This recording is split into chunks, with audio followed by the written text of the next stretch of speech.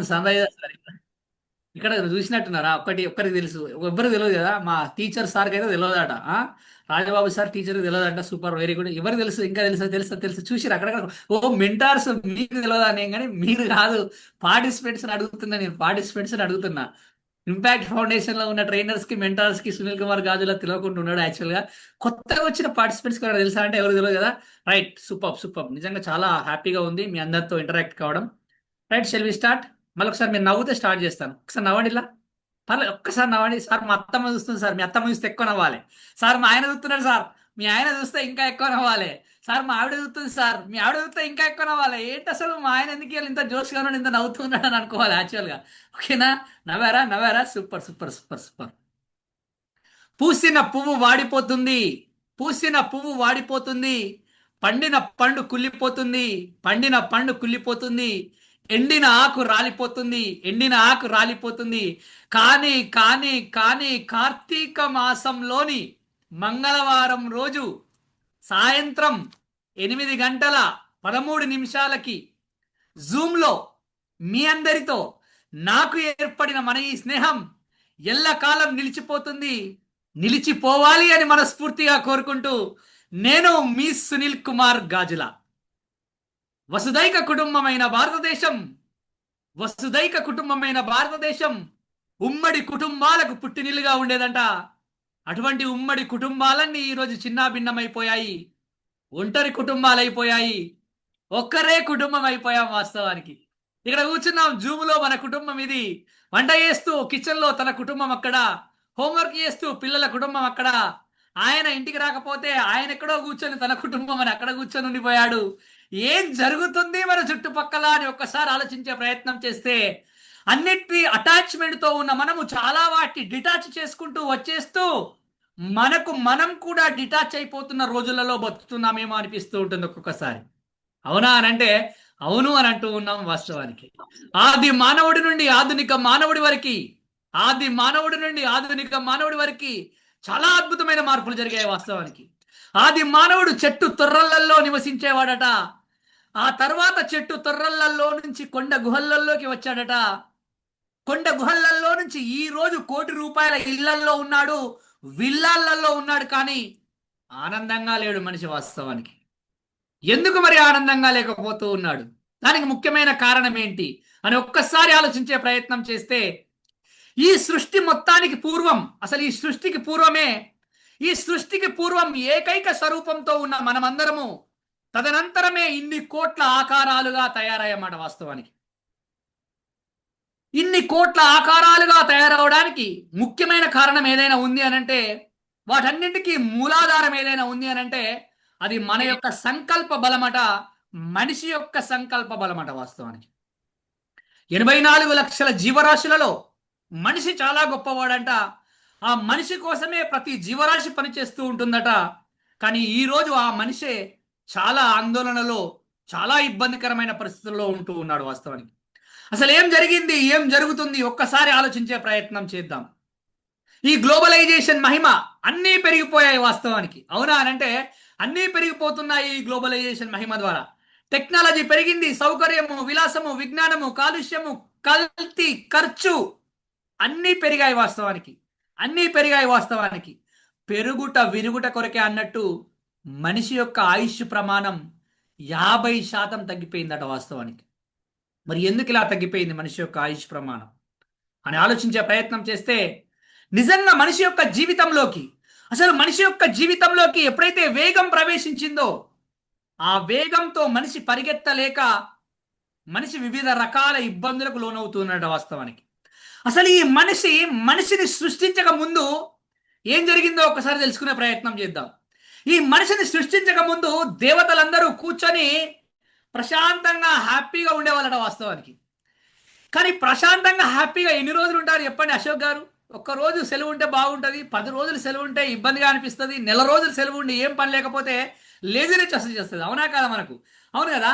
అలా దేవుళ్ళు కూడా ఏ పని లేకుండా అలా కూర్చుంటున్న క్రమంలో ఏం చేద్దాము అని వాళ్ళకే బోరు కొట్టేసినారు దేవుళ్ళందరికీ. దేవుళ్ళందరికీ బోరు కొట్టేసి ఏం చేద్దామని ఆలోచిస్తున్న క్రమంలో అప్పుడు అనుకున్నారట, మనం మనిషిని సృష్టిద్దాము అని. మనిషిని సృష్టిద్దామని మనిషిని సృష్టించారట. సృష్టించగానే మనిషికి చాలా అవసరాలు ఉంటాయి కదా.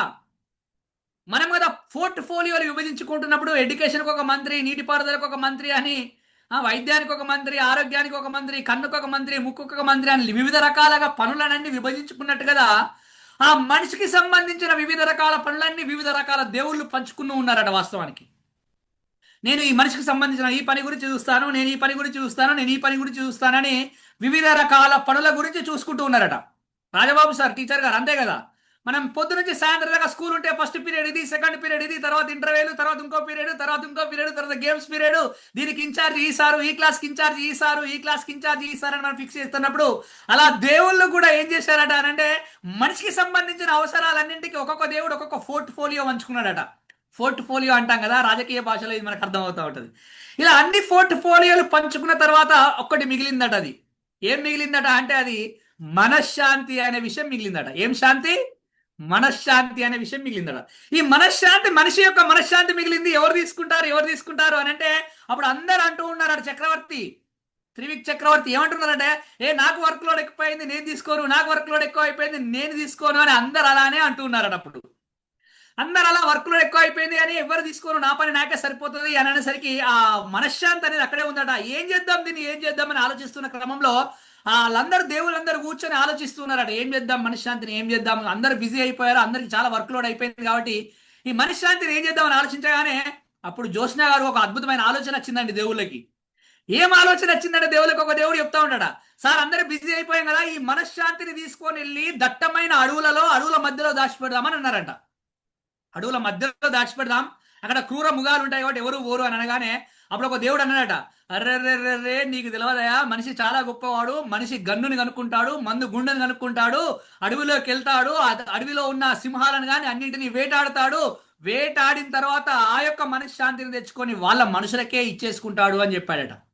అరెరెర్రే నిజమే కదా, మనిషి తీసుకొచ్చుకొని వాళ్ళ మనుషులకే ఇచ్చుకుంటే బాగుండదు కదా అని మళ్ళా అందరు ఆలోచిస్తున్న క్రమంలో ఆనంద్ గారు ఇంకో దేవుడు చెప్పాడంటే, ఏమని చెప్పాడంటే సార్ ఆ మనశ్శాంతిని తీసుకొని వెళ్ళి మనము చాలా లోతు అడవి అయిపోయింది కదా, నీళ్ళల్లో చాలా లోతుకు తీసుకెళ్లి నీళ్ళల్లో దాచిపెడదామని చెప్పాడట. నీళ్ళల్లో లోతుకు తీసుకెళ్లి దాచిపెడదాం అనగానే ఆటోమేటిక్గా అప్పుడు రామ్ గారు అన్నాడు. రామ్ గారు అంటే దేవుడు ఏమంటున్నాడు తెలుసా అసలు అప్పుడు ఆ టైంలో ఏమంటున్నాడంటే, లేదు మనిషి చాలా గొప్పవాడు, మనిషి చాలా మేధావి, సముద్ర మార్గాన్ని కనుక్కుంటాడు, జలాంతర్గామిని కనుక్కుంటాడు, సముద్ర లోపలికి వెళ్ళిపోతూ ఉంటాడు, ఆ లోపలికి వెళ్ళిన మనశ్శాంతిని తీసుకొని వచ్చి వాళ్ళ ఊరి వాళ్ళకి అమ్మేసుకుంటాడు అని చెప్పాడట. అవును నిజంగానే మనిషి చాలా తెలివికల్లోడు. చూడండి మరి జలాంతర్గామిని కనుక్కున్నాడా లేదా అంటే కనుక్కున్నాడు వాస్తవానికి. మరి మళ్ళా అలా ఆలోచిస్తున్నారు, అక్కడ పెట్టినా తీసుకొచ్చే ప్రయత్నం చేస్తున్నారు, మరి ఎక్కడ పెడదాం ఈ మనశ్శాంతిని ఆలోచిస్తూ ఉంటే ఒక ఆయన అన్నాడంట, ఒక దేవుడు అన్నాడ, లేదు మనిషిని ఎక్కడ పెడదాము అని అంటే మన మనశ్శాంతిని ఎక్కడ తీసుకుపోయి పెడదాం మనిషికి దొరకకుండా అని అంటే భూమి పొర లోపలికి వెళ్ళి దాచి పెడదాము అని అన్నాడంట. భూమి పొర లోపలికి వెళ్ళి దాచి పెడదాం అనగానే భూమి పొరల లోపలికి వెళ్ళి దాచి పెడదామా అని అనే ఆలోచన వచ్చినప్పుడు సుధా గారు అక్కడ ఇంకొక దేవుడు ఏమన్నాడు తెలుసా? ఏమన్నాడంటే ఇంకొక దేవుడు, లే మనిషి చాలా గొప్పవాడు, చాలా మేధావి, పెద్ద పెద్ద బుల్లోజర్లు కొంటా ఉంటాడు, బుల్లోజర్లను కనిపెడతా ఉంటాడు, ఆ బుల్లోజర్లతో దాన్ని తవ్వి తీసుకొని వచ్చి వాళ్ళ జిల్లా వాళ్ళకి అమ్మేసుకుంటాడు అని చెప్పాడట.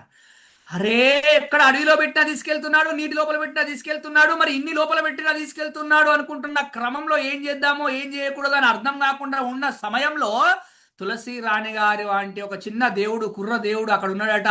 అప్పుడు ఏమన్నాడట అంటే, యాహూ నాకు ఒక ఐడియా వచ్చింది అని చెప్పాడట. ఏంటి ఆ ఐడియా? నువ్వు చిన్న కుర్ర దేవుడు కదా, నువ్వేం చెప్తావని వాళ్ళందరూ అనుకున్నారట. అనుకోగానే అప్పుడు అనుకుంటారు, మనం ఏం చేద్దాము అని అంటే మనిషి యొక్క మనశ్శాంతి ఉంది కదా, ఆడబెట్టినా ఏడబెట్టినా తీసుకుపోయే ప్రయత్నం చేస్తుంది, మనం తీసుకెళ్లి ఆ మనిషి యొక్క మనసులోనే పెడదాం, మనము ఆ మనశ్శాంతిని మనిషి యొక్క మనసులోనే పెడదాము. అప్పుడు మనిషి మనశ్శాంతి తన మనసులో ఉన్నదనే విషయాన్ని తెలియక ఈడా వెతుక్కుంటూ ఆందోళనకు లోనవుతూ ఇబ్బందులకు లోనవుతూ చాలా ఇబ్బంది పడుతూ ఉంటాడని ఆలోచించే ప్రయత్నం చేశాడట. అరే wow, excellent idea, wonderful idea, congratulation, super అని చెప్పి ఆ మనశ్శాంతిని మనిషి మనసులోనే ఉంచారట. కానీ నిజంగా ఈరోజు ఆ మనిషి మనశ్శాంతి తనలో ఉన్నదనే విషయాన్ని తెలుసుకోకుండా ఎక్కడో వస్తువుల్లో ఉంది, ఎక్కడో వ్యక్తులలో ఉంది, ఎక్కడో ప్రదేశాలలో ఉంది, సంఘటనలలో ఉంది, ఎక్కడో సందర్భాలలో ఉంది, ఎక్కడో ఏదో ఎక్కడో ఉన్నాడు. అవునా అంటే అవునంట. వాస్తవానికి ఏంటి సార్ అసలు ఈ మనశ్శాంతి కూడా దగ్గర అని ఒక్కసారి ఆలోచించే ప్రయత్నం చేస్తే ఈ స్ట్రెస్ అంట. వాస్తవానికి నిజంగా ఈ స్ట్రెస్ అనే పదం ఎక్కడి నుంచి వచ్చిందని ఒక్కసారి ఆలోచించే ప్రయత్నం చేస్తే ఈ ఒత్తిడి భౌతిక శాస్త్రానికి సంబంధించిందట. భౌతిక శాస్త్రం కాదు సార్, భౌతిక శాస్త్రము అని అంటారు వాస్తవానికి. కానీ ఎందుకో ఏమో అర్థం కాదు. ఏంటి సార్ భౌతిక శాస్త్రంలో ఒత్తిడి అని అంటే, ఏదైనా ఒక చిన్న వస్తువుని ఇలా టూ సైడ్స్ లో నుంచి ఫోర్స్ గా ప్రయోగిస్తే దీన్ని ఏమంటారట అంటే ఒత్తిడి అని అంటారట, స్ట్రెస్ అని అంటారు వాస్తవానికి. అది దేనికి సంబంధించింది అని అంటే భౌతిక శాస్త్రానికి. సార్ ఇంగ్లీష్ లో ఒక ఒత్తిడి ఉంటుంది. ఇంగ్లీష్ లో అప్పుడు మాకు మేడం చెప్పింది, నాకు మస్తు గుర్తున్నది. అదేంటి సార్ మేడం చెప్తేనే గుర్తుంటుందా, సార్లు చెప్తే గుర్తుండదా అంటే, సార్లు చెప్తే గుర్తుంటది కానీ మేడం చెప్తే ఇంకా ఎక్కువ గుర్తుంటారు. నేను కూడా అంతే వాస్తవానికి. ఇంగ్లీష్ లో ఏం చేస్తారంటే, ఇంగ్లీష్ లో లెటర్స్ ఉంటాయి, లెటర్స్ మేక్స్ వర్డ్స్ అంటారు. ఆ వర్డ్స్ ని ప్రొనౌన్స్ చేస్తూ ఉన్నప్పుడు కొన్ని సైలెంట్ లెటర్స్ ఉంటాయి, కానీ కొన్నిటిని మాత్రం ఫోర్స్ఫుల్ ప్రొనౌన్సియేషన్ చేస్తూ ఉంటారట, కొన్నిటిని ఒత్తి పలుకుతూ ఉంటామట. దాన్ని స్ట్రెస్ లెటర్స్ అని అంటారు. కాబట్టి అక్కడ ఒక స్ట్రెస్ ఉంటూ ఉంటుంది వాస్తవానికి. సార్ బాగానే ఉంది, ఫిజిక్స్ లో స్ట్రెస్ బాగానే ఉంది, ఇంగ్లీష్ లో స్ట్రెస్ బాగానే ఉంది, కానీ మనం చెప్పుకోబోయే స్ట్రెస్ ఏంటి సార్ అని ఒక్కసారి ఆలోచించే ప్రయత్నం చేస్తే, మనం చెప్పుకోబోయే స్ట్రెస్ అది వస్తుందా, కొన్ని తెచ్చుకుంటున్నామా అని ఒక్కసారి ఆలోచించే ప్రయత్నం చేస్తే అది రావడం లేదు, మనిషే కొని తెచ్చుకుంటున్నాడు వాస్తవానికి. నిజంగానే మనిషే కొని తెచ్చుకుంటున్నాడా ఒక్కసారి అర్థం చేసుకునే ప్రయత్నం చేయండి. అంటే ఏం జరుగుతుంది మనిషి జీవితంలో నిజంగా చూడండి. ఒత్తిడి అనేది ఎవరికి ఉండదు అని అంటే, చలనం లేని దానికి మాత్రమే ఒత్తిడి ఉండదట వాస్తవానికి. చలనం లేని దానికి మాత్రమే ఒత్తిడి ఉండదట, ప్రాణం లేని దానికి మాత్రమే ఒత్తిడి ఉండదట. ప్రాణమున్న ప్రతి దానికి ఒత్తిడి ఉండనే ఉంటుందట, ఒత్తిడి ఉండాల కూడా వాస్తవానికి. నువ్వు కూర్చున్న కుర్చీకి ఉండదు, నీ ముందటున్న ఫోన్కు ఉండదు, నీ పైన తిరుగుతున్న ఫ్యాన్కు ఉండదు, నీ చేతిలో పట్టుకున్న పెన్నుకు ఉండదు, నీ చేతికి కట్టుకున్న థ్రెడ్కు ఉండదు, అవునా, నువ్వు రాస్తున్న నోట్బుక్ ఉండదు, నా చేతిలో ఉన్న బొమ్మకు ఉండదు, నువ్వు కళ్ళకు పెట్టుకున్న కళ్ళజోడుకు ఉండదు ఒత్తిడి. అవన్నీ ప్రాణం లేని వాటికి మాత్రమే, జీవం లేని వాటికి మాత్రమే ఒత్తిడి అనేది ఉండదట. జీవం ఉన్న ప్రతి దానికి ఒత్తిడి ఉంటుందట. ఒత్తిడి ఉంటేనే జీవం ఉన్నట్టట వాస్తవానికి. ఒత్తిడి ఉంటేనే జీవం ఉన్నట్టట వాస్తవానికి. నిజంగానే సార్. కానీ ఆ ఒత్తిడి ఎప్పుడైతే ముదిరి బర్నౌట్ గా మారుతూ ఉంటుందో, అప్పుడే మనిషిని వివిధ రకాల సమస్యలు కుంగదీయడం మొదలు పెడుతూ ఉంటాయట. వివిధ రకాల అనారోగ్య సమస్యలు రావడానికి ఆస్కారం ఏర్పడుతూ ఉంటుందట. అసలు ఏంటి సార్ ఈ ఒత్తిడి అని ఒక్కసారి ఆలోచించే ప్రయత్నం చేస్తే, నిజంగా చూడండి, నీకు ఈ క్షణంలో బాగా ఆనందం కలిగించిన ఒక విషయం మరొక క్షణం తర్వాత ఇంతే ఆనందాన్ని కలిగిస్తుందా? అట్లా కలిగిస్తుంది సార్? కలిగించదు. కలిగిస్తుంది అట్లా? కలిగించదు. కరెక్టే. మరి నీకు ఈ క్షణంలో బాగా బాధ కలిగించిన ఒక విషయం మరొక క్షణం తర్వాత అంతే బాధను కలిగిస్తుందా? కలిగించదు. వాస్తవం మారిపోతూ ఉంటుంది. వర్షాకాలం వచ్చింది, అయిపోయింది మొన్ననే. మళ్ళీ ఇప్పుడు చలికాలం వస్తుంది, పోతుంది మళ్ళా. తర్వాత ఎండాకాలం వస్తుంది, మళ్ళీ పోతుంది మళ్ళా. కాలాలు కూడా మారుతూనే ఉంటాయి కదా. అరే కాలాలు మారుడే ఉంది భయ్, భూమి కూడా తన చుట్టూ తాను తిరుగుతూ సూర్యుని చుట్టూ తిరుగుతూ ఉంటుంది, ప్రతి క్షణం అది కదులుతూనే ఉంటుంది కదా.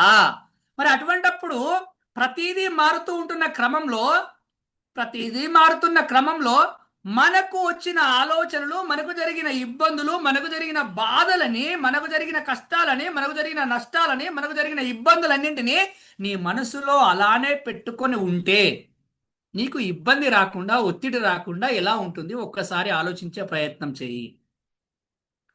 when we don't share our feelings to others when we don't share our feelings to others we are feeling stress అంటారు వాస్తవానికి. ఎప్పుడైతే మనకు సంబంధించిన చాలా విషయాలు ఉంటూ ఉంటాయి, కానీ దాన్ని ఎవరికీ చెప్పుకోలేక అక్కడే ఉంచుకునే ప్రయత్నం చేస్తూ ఉన్నప్పుడు ఆటోమేటిక్గా మనిషి ఒత్తిడికి లోను కావడానికి ఆస్కారం ఏర్పడుతూ ఉంటుందట. అంటే మనం ఒకే విషయం గురించి ఎక్కువసేపు ఎంతో ఎక్కువసేపు చాలా గురించి ఆలోచించే ప్రయత్నం చేస్తే మనకు చాలా ప్రాబ్లమ్స్ రావడానికి ఆస్కారం ఏర్పడుతూ ఉంటుందంట. అంటే మనం అలా షేర్ చేసుకునే ప్రయత్నం చేస్తున్నామా? మీరు భలే ఉన్నారు సార్. ఒకప్పుడు అంటే షేర్ చేసుకుంటే ఏం కాకపోయేది, కానీ ఇప్పుడు చెప్పుకుంటే ఇంకా పెద్ద ప్రాబ్లమ్స్ వస్తాయి. మీకు అర్థమైతే లేదు సార్ వాస్తవానికి, అవునా కదా? ఇప్పుడు మన ముందు నవ్వుకుంటూ వాళ్ళు చాలా మంది ఉంటారు, మనకు అసలు అంటే సమస్యలు ఎప్పుడు వస్తాయనే వాళ్ళు చాలా మంది ఉన్నారు వాస్తవానికి. ఒకప్పుడు వసుదగ్గ కుటుంబమైన భారతదేశం అని చెప్తున్నాము, ఉమ్మడి కుటుంబాలకు పుట్టినిల్లుగా అని చెప్తూ ఉంటున్నాము. అప్పుడు అందరూ మన చుట్టూ ఉండేవాళ్ళ వాస్తవానికి. చూడండి, పెద్దనాన్న, పెద్దమ్మ, చిన్ననాన్న, చిన్నమ్మ, బాబాయ్, పిన్ని, అత్తమ్మ, మామయ్య, మనం పెరిగిన కాలం అలానే కదా. మరి అప్పుడు మనకు ఒత్తిడి లేదు వాస్తవానికి. అసలు ఈ ఒత్తిడి అనేది ఎక్కడి నుంచి స్టార్ట్ అయింది, అసలు ఎప్పుడు వచ్చిందట అంటే 1906వ సంవత్సరంలో జర్మనీలో మొట్టమొదటిసారి జరిగిందట. ఒత్తిడి పైన, మానసిక ఆందోళన పైన అవగాహన సదస్సు జర్మనీలో జరిగిందట. ఆ తర్వాత ఆ కాలంలో మన భారతదేశంలో ఒత్తిడి లేదు, మనకు ఒత్తిడి లేదు వాస్తవానికి. తర్వాత 1947 ఆ ప్రాంతంలో అమెరికాలోని డెట్రాయిట్ నగరంలో, ఆ డెట్రాయిట్ ప్రాంతం అంతా ఎలా ఉంటుందట అంటే అక్కడ అన్ని ఫ్యాక్టరీస్ ఉంటాయట. ఆ ఫ్యాక్టరీస్లలో వర్క్ చేస్తున్న వర్కర్స్ అందరికీ కాళ్ళ నొప్పులు, కీళ్ళ నొప్పులు, మెడ నొప్పులు, నడుము నొప్పులు వచ్చాయట. ఇవన్నీ నొప్పులు రాగానే అందరూ తీసుకెళ్లి టెస్ట్లు చేశారట. టెస్ట్లు చేస్తే అన్ని టెస్ట్లలో పాజిటివ్గా వచ్చిందట. నిజంగా మనకు కూడా ఇప్పుడు అట్నే ఉంటది కదా కృష్ణ గారు. మనకి ఏదైనా ఇబ్బంది వచ్చిందని డాక్టర్ దగ్గరికి పోయి వాస్తవానికి ఆ ఇబ్బంది వచ్చింది ఈ ఇబ్బంది వచ్చిందని పోయి టెస్ట్ చేస్తే టెస్టులు అన్ని పర్ఫెక్ట్ ఉన్నాయని డాక్టర్ చెప్తాడు, కానీ బాడీలో ప్రాబ్లం అట్లనే ఉంటుంది వాస్తవానికి. బాడీలో ప్రాబ్లం అట్లనే ఉంటుంది. అరే ఎందుకు మరి అట్లే ఉంటుంది అని అప్పుడు ఆ 1947 ప్రాంతంలో వీళ్ళందరికీ టెస్ట్లు చేస్తే అన్ని కరెక్టే ఉన్నాయి, మరి వీళ్ళకి ప్రాబ్లం ఎందుకు వస్తుంది, ఈ నరాల నొప్పులు, కాళ్ళ నొప్పులు, మెడ నొప్పులు, కీళ్ళ నొప్పులు, ఇవన్నీ ఇబ్బందులు ఎందుకు వస్తున్నాయి బాడీలో అని అంటే అప్పుడు ఐడెంటిఫై చేశారట. వీళ్ళకు ఇటువంటి ప్రాబ్లమ్స్ అన్ని రావడానికి ముఖ్యమైన కారణం ఏదైనా ఉంది అంటే వాళ్ళలోని ఒత్తిడి ద్వారా వచ్చిందనే విషయం అప్పుడు అనుకున్నారట. నిజంగా అప్పటికీ మన భారతదేశంలో ఒత్తిడి లేదట అండి వాస్తవానికి. అప్పటికీ మన భారతదేశంలో లేదు. కానీ మనం ఏం చేస్తున్నాం అంటే మనమే ప్రతిదీ కొని తెచ్చుకునే ప్రయత్నం చేస్తున్నాం వాస్తవానికి. అసలు వాస్తవానికి ఒత్తిడి నుంచి ఎవరు తప్పించుకోలేరట వాస్తవానికి. దాన్ని భరించి బాధలు తెచ్చుకోవడం కన్నా దాన్ని మేనేజ్ చేసుకుంటే అద్భుతమైన విజయాలు సాధించవచ్చట వాస్తవానికి. అద్భుతమైన విజయాలు సాధించవచ్చట. అందుకే హౌ టు ఓవర్కమ్ స్ట్రెస్ అన్నారు, హౌ టు ఓవర్కమ్ ఫియర్ అంటారు. మీరు చూసే ఉంటారు. స్ట్రెస్ మేనేజ్మెంట్ అంటారు, స్ట్రెస్ మేనేజ్మెంట్ అంటారు. మేనేజ్మెంట్ అంటే నేను రాసుకున్న మీనింగ్ ఏంటిదంటే మ్యాన్ ఏజ్ మెంట్ అంటారు. మ్యాన్ ఏజ్ మెంట్ అంటే మ్యాన్ అంటే మనిషి, ఏజ్ అంటే ఏజ్కి తగ్గట్టు, మెంట్ అంటే మార్పు చెందుతూ ఉండాలి వాస్తవానికి. మేనేజ్మెంట్ దీని మీనింగ్ కూడా అదే వాస్తవాన్ని. మీరు కావాలంటే ఏదైనా సెర్చ్ చేసే ప్రయత్నం చేయండి. మనిషి ఏజ్కి అనుగుణంగా మారే ప్రయత్నం చేస్తూ ఉండాలట. కానీ మనం మారమట్లా. చూడండి మనం మారతాం అసలు అట్లా. నేను చిన్నప్పటి నుంచి ఇంతే, నేను పెళ్లి కాకముందు నుంచి ఇంతే, నాకు పిల్లలు కాకముందు నుంచి ఇంతే, నాకు అత్తగారింటికి రాకముందు నుంచి ఇంతే, నాకు ఉద్యోగం రాకముందు నుంచి ఇంతే, నేను ఇల్లు కొన నుంచి ఇంతే, నేను కారు కొనటి నుంచి ఇంతే, నేను ఈ ఊరికి రాక నుంచి ముందు ఇంతే, నేను ఇట్లనే ఉంటా, నేను ఇట్లనే మాట్లాడతా, నేను ఇట్లనే కూర్చుంటా, నేను ఇట్లనే చేస్తా. ఇట్లా అనుకుంటా కూర్చుంటే ఏడనడుతుంది కథ ఎప్పిగా. ఒకసారి అర్థం చేసుకునే ప్రయత్నం చేయి. ఇప్పుడు నువ్వు చిన్నగా ఉన్నావా, పెద్దగా కాలేదా, పెద్దగా అయింది కదా, పెళ్లి కాలేదా, పెళ్ళి అయింది కదా, పిల్లలు కాలేదా, పిల్లలు అయ్యారు కదా, పని లేదా, పని చేస్తున్నావు కదా, ఇల్లు లేదా, ఇల్లు ఉంది కదా, కారు లేదా, కారు ఉంది కదా, అన్ని బరోబ్బరి అచ్చా హైతో మళ్ళీ నేను గట్లనే ఉంటా గదే చేస్తా అని అంటే మరి ఇబ్బంది అవుతుందా లేదా అని ఒక్కసారి ఆలోచించే ప్రయత్నం చెయ్యి. కాలానికి అనుగుణంగా మారుతూ ఉండాలి. కాలానికి అనుగుణంగా మారుతూ ఉండాలి. If you are in Rome do as Roman అంటారు. రోమ్లో ఉన్నప్పుడు రోమన్ లాగానే ఉండాలి, రూమ్లో ఉన్నప్పుడు రూమ్లో వ్యక్తి లాగానే ఉండాలి. రూమ్లో ఉన్నట్టు నువ్వు బయటకు వచ్చినట్టు ఉంటా అంటే నడదు, బయట ఉన్నట్టు రూమ్లో ఉంటా అంటే నడదు.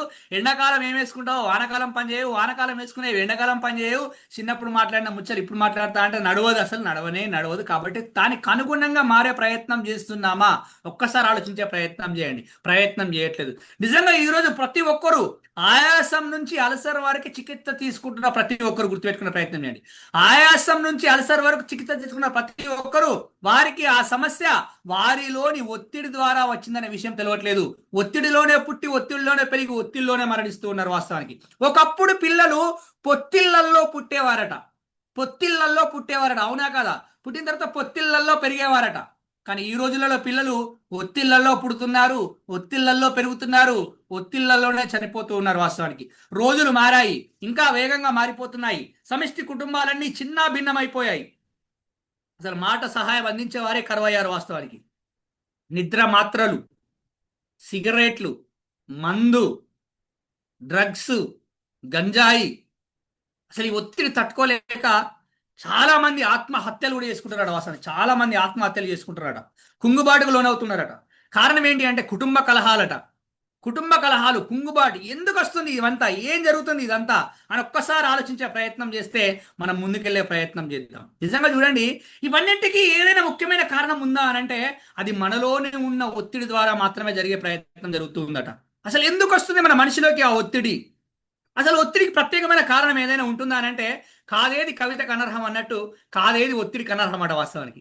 సునీల్ సార్ ఇంత స్మార్ట్ గా ఉన్నాడు, ఇంత బ్యూటిఫుల్ గా చెప్తున్నాడు, మీ అందరికి మస్తు ఇబ్బంది అనిపిస్తుంది. నేను ఇట్లా చెప్తే బాగుండు, నేను ఇట్లా చెప్తే బాగుండు అని అనిపిస్తూ ఉంటుంది, అవునా కాదా? నాకు అర్థం కాని విషయం ఏంటి అంటే నాలాగా మీరు హ్యాండ్సమ్ గా కాలేరు, నాలాగా చెప్పలేరు మీరు, కానీ నాకన్నా బాగా చెప్తారు మీరు వాస్తవానికి. నాలాగా చెప్పలేకపోవచ్చు కానీ నాకన్నా బాగా చెప్పగలుగుతారు. కానీ మనం ఏం చేస్తామంటే ఇక్కడ ప్రతి సందర్భం పక్క వాళ్ళకి ఇబ్బంది జరగదు అంటే చూడండి, స్ట్రెస్ మేనేజ్ చేసుకోవాలని అంటే మొట్టమొదటి మెయిన్ పాయింట్ ఏదైనా ఉంది అని అంటే భగవద్గీతలోని మొదటి అధ్యాయంలోని 16వ శ్లోకంలో ఒక మాట చెప్తూ ఉంటారట. భగవద్గీతలోని మొదటి అధ్యాయంలోని 16వ శ్లోకం, సుఖ దుఃఖాలని సమదృష్టితో చూసినప్పుడు ఒత్తిడి దూరం అవుతుంది అని చెప్పాడట. సుఖ దుఃఖాలని సమదృష్టితో చూసినప్పుడు ఊకోండి సార్, దుఃఖాలను ఎందుకు మేము సమదృష్టితో చూస్తూ ఉంటాం? సుఖాలు అయితే నాకు కావాలి, ఇష్టాలు అయితే నాకైతే నాకే ఉండాలి, అదృష్టం అంటే నాకు మాత్రమే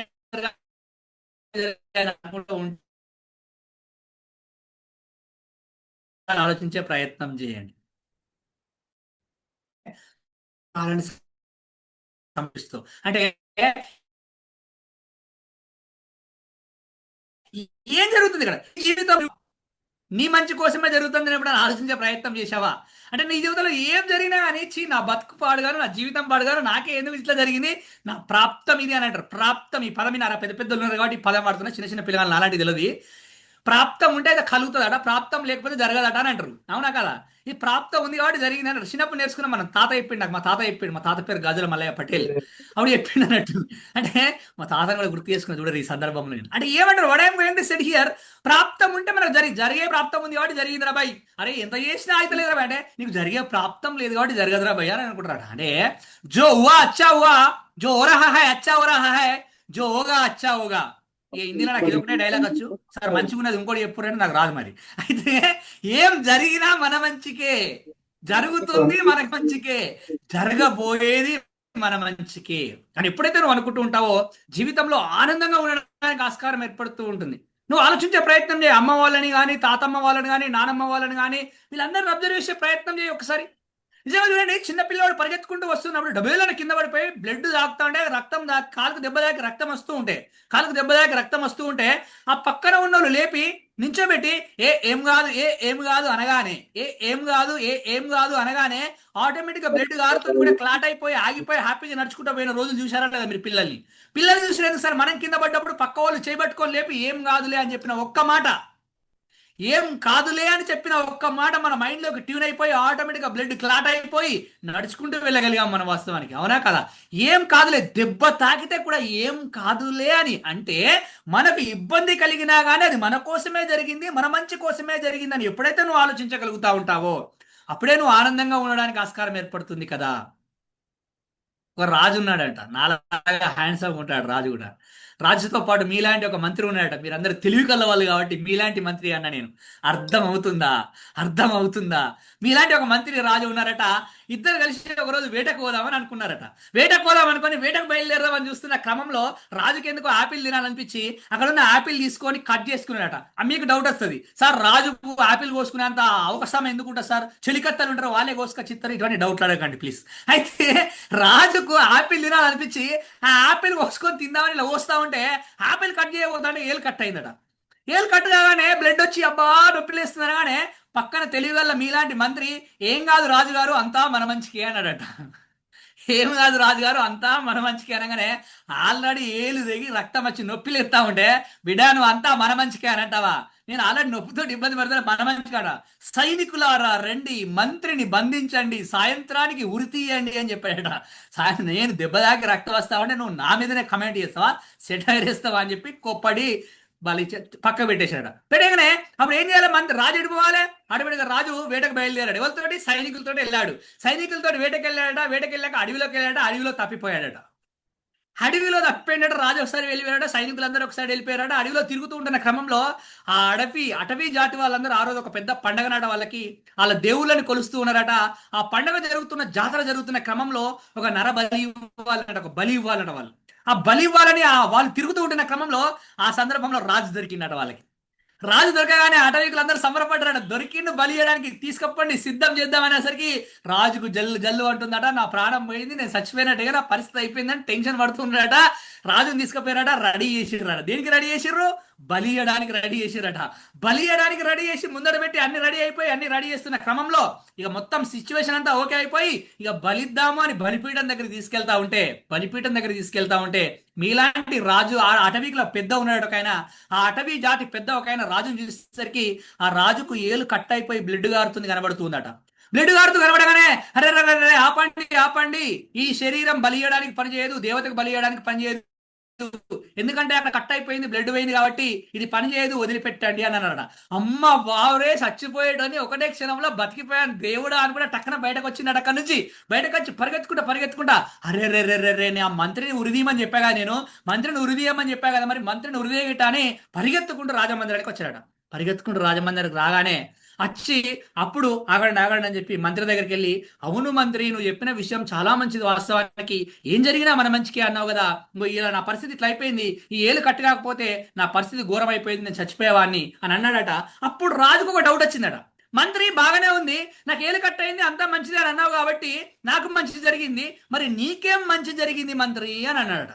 నీకేం మంచి జరిగింది మంత్రి అని అంటే, అయ్యో రాజా, అయ్యో రాజా, నీకు ఏలు కట్ అయినప్పుడు నేను ఏమనుకుంటా సప్పుడే కుంటే, నీకు ఏలు కట్ అయినప్పుడు నేను ఏమనుకుంటా సప్పుడే కుంటే, ఇద్దరం కలిసి అడవికి వెళ్ళేటోళ్ళము, ఇద్దరం కలిసి అడవికి వెళ్తే ఇద్దరం తప్పిపోయేటోళ్ళము, ఇద్దరం తప్పిపోతే ఇద్దరం అటవీ జాతి వాళ్ళకు దొరికే వాళ్ళము, ఇద్దరం దొరికితే నీకు ఏది కట్ అయింది కాబట్టి నిన్ను పక్కన పెట్టేవాళ్ళు, నాకు ఏది కట్టు కాలే కాబట్టి నా పీక కట్ అయ్యేది, నాకు కూడా మంచి జరిగింది కదా రాజుగారు అని చెప్పారట. అవును కదా, నిజమే కదా. జీవితంలో, నీ జీవితంలో జరుగుతున్న ప్రతి నిమిషంలోని ప్రతి సంఘటన కూడా నీ మంచి కోసమే జరుగుతుంది అని ఎప్పుడైతే నువ్వు ఆలోచించగలుగుతూ ఉంటావో అప్పుడు మాత్రమే నువ్వు ఆనందంగా ఉంటూ ప్రశాంతమైన మనసుతో పని చేసుకుంటూ ముందుకు వెళ్ళడానికి ఆస్కారం ఏర్పడుతుంది కదా. ఆలోచించే ప్రయత్నం చేయి ఒక్కసారి. నిజంగా ఎప్పుడైనా అలా ఆలోచిస్తున్నావా మనము అని అంటే, ఆ ఆలోచనల్ని లేకుండా వెళ్ళిపోయాయి మనకు వాస్తవానికి. వ్యాపారం అన్నాక అమ్మకాలు ఉండాలట, సంసారం అన్నాక నమ్మకాలు ఉండాలట. వ్యాపారం అన్నాక అమ్మకాలు ఉండాలట, సంసారం అన్నాక నమ్మకాలు ఉండాలట. వ్యాపారంలో అమ్మకాలుంటే అభివృద్ధి అట, వ్యాపారంలో అమ్మకాలుంటే అభివృద్ధి అట, సంసారంలో నమ్మకాలుంటే ఆనందం అట వాస్తవానికి. కాబట్టి మనం నిజంగా ఎలా ఆలోచించే ప్రయత్నం చేస్తూ ఉన్నామో ఒక్కసారి ఆలోచించే ప్రయత్నం చేయండి. ఇన్ని మారుతూ వచ్చినా కానీ which is controlled by you, which is not controlled by you అనే దానిపైన క్లారిటీ లేకుండా ఈ రోజు మనం చాలా ఒత్తిడికి లోనవుతూ ఉన్నాం వాస్తవానికి. నీ చేతిలో ఏముంది, నీ చేతిలో ఏమి లేదు, which is in your hands, which is not in your hands అనే దానిపైన ఎప్పుడైతే నీకు క్లారిటీ ఉంటుందో, ఇప్పుడు నీ చేతిలో ఏం లేదు, నేను మాట్లాడేది నీ చేతిలో లేదు, నువ్వు వినకుండా ఉండాలి అని అంటే జూమ్లో నుంచి వెళ్ళిపోవడమే నీ చేతిలో ఉంది వాస్తవానికి. మళ్ళీ అయినా సరే నీకు నేను చెప్పేది నచ్చనప్పుడు నువ్వు జూమ్లో నుంచి వెళ్ళిపోయి ప్రశాంతంగా రిలాక్స్ కావాలి, కానీ అయినా సరే నేను ఇక్కడనే ఉండి నేను ఇదే వినుకుంటా బాధపడతాను అని అంటే నేనేం చేయలేను కదా వాస్తవానికి. అంటే నీ చేతిలో ఉందేంటి అని అంటే జూమ్లో నుంచి వెళ్ళిపోవడం మాత్రమే నీ చేతిలో ఉంది, కానీ నన్ను ఆపడం నీ చేతిలో లేదు, నన్ను ఆపడం నీ చేతిలో లేదు. అంటే ఎదుటి వ్యక్తి యొక్క మాటలు నీ చేతిలో ఉన్నాయా, వినాలా వినకూడదా అనే విషయం నీ చేతిలో ఉందా, ఎదుటి వ్యక్తి యొక్క బిహేవియర్ నీ చేతిలో ఉందా, నీ బిహేవియర్ని మార్చుకోవడం నీ చేతిలో ఉందా, ఎదుటి వ్యక్తి యొక్క పని నీ చేతిలో ఉందా, నీవు చేస్తున్న పనిని పక్కకు తప్పుకొని చేయడం నీ చేతిలో ఉందా. Which is in your hands, which is not in your hands, which is controlled by you, which is not controlled by you అనే దానిపైన క్లారిటీ లేక కంట్రోల్ చేయని వాటిని కూడా నేను కంట్రోల్ చేయగలను అని కంట్రోల్ చేసే ప్రయత్నం చేస్తూ నువ్వు కంట్రోల్ తప్పి చాలా ఇబ్బంది పడడానికి ఆస్కారం ఏర్పడుతూ ఉంటుంది. ఆలోచించే ప్రయత్నం చేయి ఒక్కసారి, దీనిపైన మనకు క్లారిటీ ఉందా అని అంటే లేదు వాస్తవానికి. నిజంగా రాదా ఒత్తిడి? మరి ఎందుకు రాదు చెప్పండి, వస్తూనే ఉంటుంది. నిజమే సార్, ఒకప్పుడు ఎలా ఉండే పరిస్థితి అంటే చాలా మామూలు పరిస్థితిలో ఉండే. ఇప్పుడు అడవి ఉండే, అడవిలో నడుచుకుంటూ పోతుంటే, అడవి అంతా అడవి రాజ్యం ఉండే, అడవిలో నడుచుకుంటూ పోతుంటే సింహం ఎదురైందండి. సింహం ఎదురైతే అప్పుడు ఏంది, రెండే చాయిసులు, అప్పుడు రెండే చాయిసులు, కాళ్ళల్లో బలం ఉంటే పరిగెత్తాలి, గుండెల్లో ధైర్యం ఉంటే సింహంతో పోరాడాలి. దాన్ని ఏమంటారంటే ఫైట్ ఆర్ ఫ్లైట్ అంటారు. అయితే ఫైట్ చేయాలి, లేకపోతే ఫ్లైట్, అక్కడ నుంచి ఎగిరిపోవాలి, వెళ్ళిపోవాలి, అంతే కదా. అవునా, రైట్, వాస్తవానికి అలా జరిగిపోయేది. కానీ ఇవాళ ఏమైంది తెలుసా, పొద్దుగల ఆఫీస్కి పోతా ఉన్నా నేను, ఆఫీస్కి పోతా ఉంటే ఇప్పుడు ఆధార్ కార్డు ఫ్రీ కదా, ఆధార్ కార్డు ఫ్రీ అయ్యేసరికి బస్సులు ఆపుతలేదు రాడీడ. అయితే బస్సులు ఆపకపోతే ఏమైందంటే బస్సులో లేట్ అవుతుంది, లేట్ అయ్యేసరికి ఆఫీస్కి లేట్ అయింది వాస్తవానికి. ఆఫీస్కి లేట్ కాగానే మా బాస్ తిడుతున్నాడు, నాకు ఇక బుద్ధి లేదు సునీల్, నీకు జ్ఞానం లేదు సునీల్, నీకు ఎన్నిసార్లు చెప్పినా ఇంతే, నీకు అసలు బుద్ధే రాదు, నేను ఎన్నిసార్లు చెప్పాలి నీకు టైంకి రమ్మని చెప్తే నువ్వు టైంకే రావని ఇష్టం వచ్చినట్టు తిడతాడు. అప్పుడు తిట్టేటప్పుడు నేను ఏం చేయొచ్చు, ఫైట్ చేయొచ్చు సార్ తోటి, సార్ తోటి ఫైట్ చేసిన రిజైన్ చేసి వెళ్ళిపో అంటాడు. రిజైన్ చేసి వెళ్ళిపో అంటే ఒకప్పుడు రిజైన్ చేసి ఇంటికి వస్తే ఇంటికాడ ఒక్కటప్పుడు ఆనందం ఉంటుంది, తెల్లారు అంతకన్నా ఎక్కువ టార్చర్ ఉంటుంది, మళ్ళీ తెల్లారు అంతకన్నా ఎక్కువ టార్చర్ ఉంటుంది. అంటే ఇప్పుడు ఇప్పుడు నేను సార్ తోటి ఫైట్ చేయలేను, ఫైట్ చేయొచ్చా, నేను సార్ తోటి ఫైట్ చేయలేను, అక్కడ నుంచి ఫ్లైట్ వెళ్ళిపోవచ్చా, వెళ్ళిపోను లేను. కానీ ఏం చేయాలి మరి అక్కడ, నాకు ఒకటే అస్త్రం ఉంటుంది, దాన్ని ఏమంటారు అంటే మేనేజ్మెంట్ అంటారు. దాన్ని ఏమంటారు, మేనేజ్మెంట్ అంటారు. అంటే చూడండి, మనం ఆ సిచ్యువేషన్ ఎలా మేనేజ్ చేసుకోవాలి, చూడండి సిచ్యువేషన్ ఎలా మేనేజ్ చేసుకోవాలి, ఇలా అందుకే స్ట్రెస్ మేనేజ్మెంట్ అంటూ ఉంటాం. ఫైట్ ఆర్ ఫ్లైట్ అనే పాయింట్ మన దగ్గర లేదు కాబట్టి మనం మేనేజ్ చేసుకునే ప్రయత్నం చేస్తూ ఉండాలి. మరి మేనేజ్ చేసుకునే ప్రయత్నంలో భాగంగా నిజంగా మనకు అసలు స్ట్రెస్ రావడానికి ముఖ్యమైన కారణం ఏంటి, ఈరోజు ఇన్ని ఆస్తులు సంపాదించాం మనము, ఇంత అద్భుతంగా ఎదిగాం మనము, పిల్లలు సెటిల్ అయిపోయారు, హ్యాపీగా ఉన్నారు, స్పౌజ్ ఇంత బాగుంది, బిజినెస్ చేస్తున్నాం, గొప్పగా ఎదిగిపోయాం, ఇన్ని జరుగుతున్న మనము, ఇంత ఉన్న మనము ఎందుకు అసలు ఈ రోజు ఒత్తిడిలో ఉన్నాం అని ఆలోచించే ప్రయత్నం చేస్తే, నిజంగా చిన్నప్పుడు బడికైనప్పుడు నేర్చుకున్న పదాలు గుర్తున్నాయో లేవో మీకు ఒకసారి చెప్పే ప్రయత్నం చేస్తాను. బడికి వెళ్ళినప్పుడు మనం ఏం నేర్చుకున్నామంటే ఆలు నేర్చుకున్నాం, అవునా కాదా? ఆ అంటే అమ్మ, ఆ అంటే ఆవు, ఈ అంటే ఇల్లు, ఈ అంటే ఈగ, ఊ అంటే ఉడతా, ఊ అంటే ఊయలా అని నేర్చుకున్నాం. ఆ అంటే అమ్మ, అమ్మను మించిన దైవం లేదు. ఆవంటే ఆవు, ఆవును మించిన జంతువు లేదు. ఈ అంటే ఇల్లు, ఇల్లును మించిన స్వర్గం లేదు. ఈ అంటే ఈగ, ఈగను మించిన క్రిమి కీటకాలు లేవు. ఊ అంటే ఉడతా, ఉడతా భక్తిగా సహాయం చేస్తూ ఉండాలి. ఊ అంటే ఊయల, ఊయలలో కూర్చున్నంత ఆనందంగా ఉండగలుగుతామని నేర్చుకున్న మనం అసలు దేన్నైనా గుర్తుపెట్టుకునే ప్రయత్నం చేస్తున్నామా? ఈ రోజు నిజంగా మనకు ఒత్తిడి రావడానికి ముఖ్యమైన కారణం ఏదైనా ఉందా అని అంటే, ఈ ఆల ద్వారా ఒత్తిడి ఎలా వస్తుంది, ఎలా వెళ్తుంది అని 5 నిమిషాలు చెప్పే ప్రయత్నం చేస్తాను. అందరూ సిద్ధంగా ఉన్నారా? రెడీయా? అయితే ఒక్కసారి పైకి చూడండి చూద్దాం. ఒకసారి పైకి చూడండి చూద్దాం. పైకి చూడాలి, అందరూ పైకి చూడాలి, పైకి చూడాలి, పైకి చూడాలి. రైట్, ఒకసారి నన్ను చూడండి చూద్దాం. నన్ను చూడండి, నన్ను చూడండి, నన్ను చూడండి. ఓకే, మళ్ళీ ఒకసారి పైకి చూడండి చూద్దాం. వీడియో ఆఫ్ చేసుకున్న వాళ్ళందరూ దురదృష్టవంతులండి. అందుకే వీడియో ఆన్ చేసుకుని కూర్చోండి. సునీల్ సార్ క్లాస్ అండి. మళ్ళీ పైకి చూసారా? నన్ను చూడండి ఇప్పుడు. నన్ను చూసారా?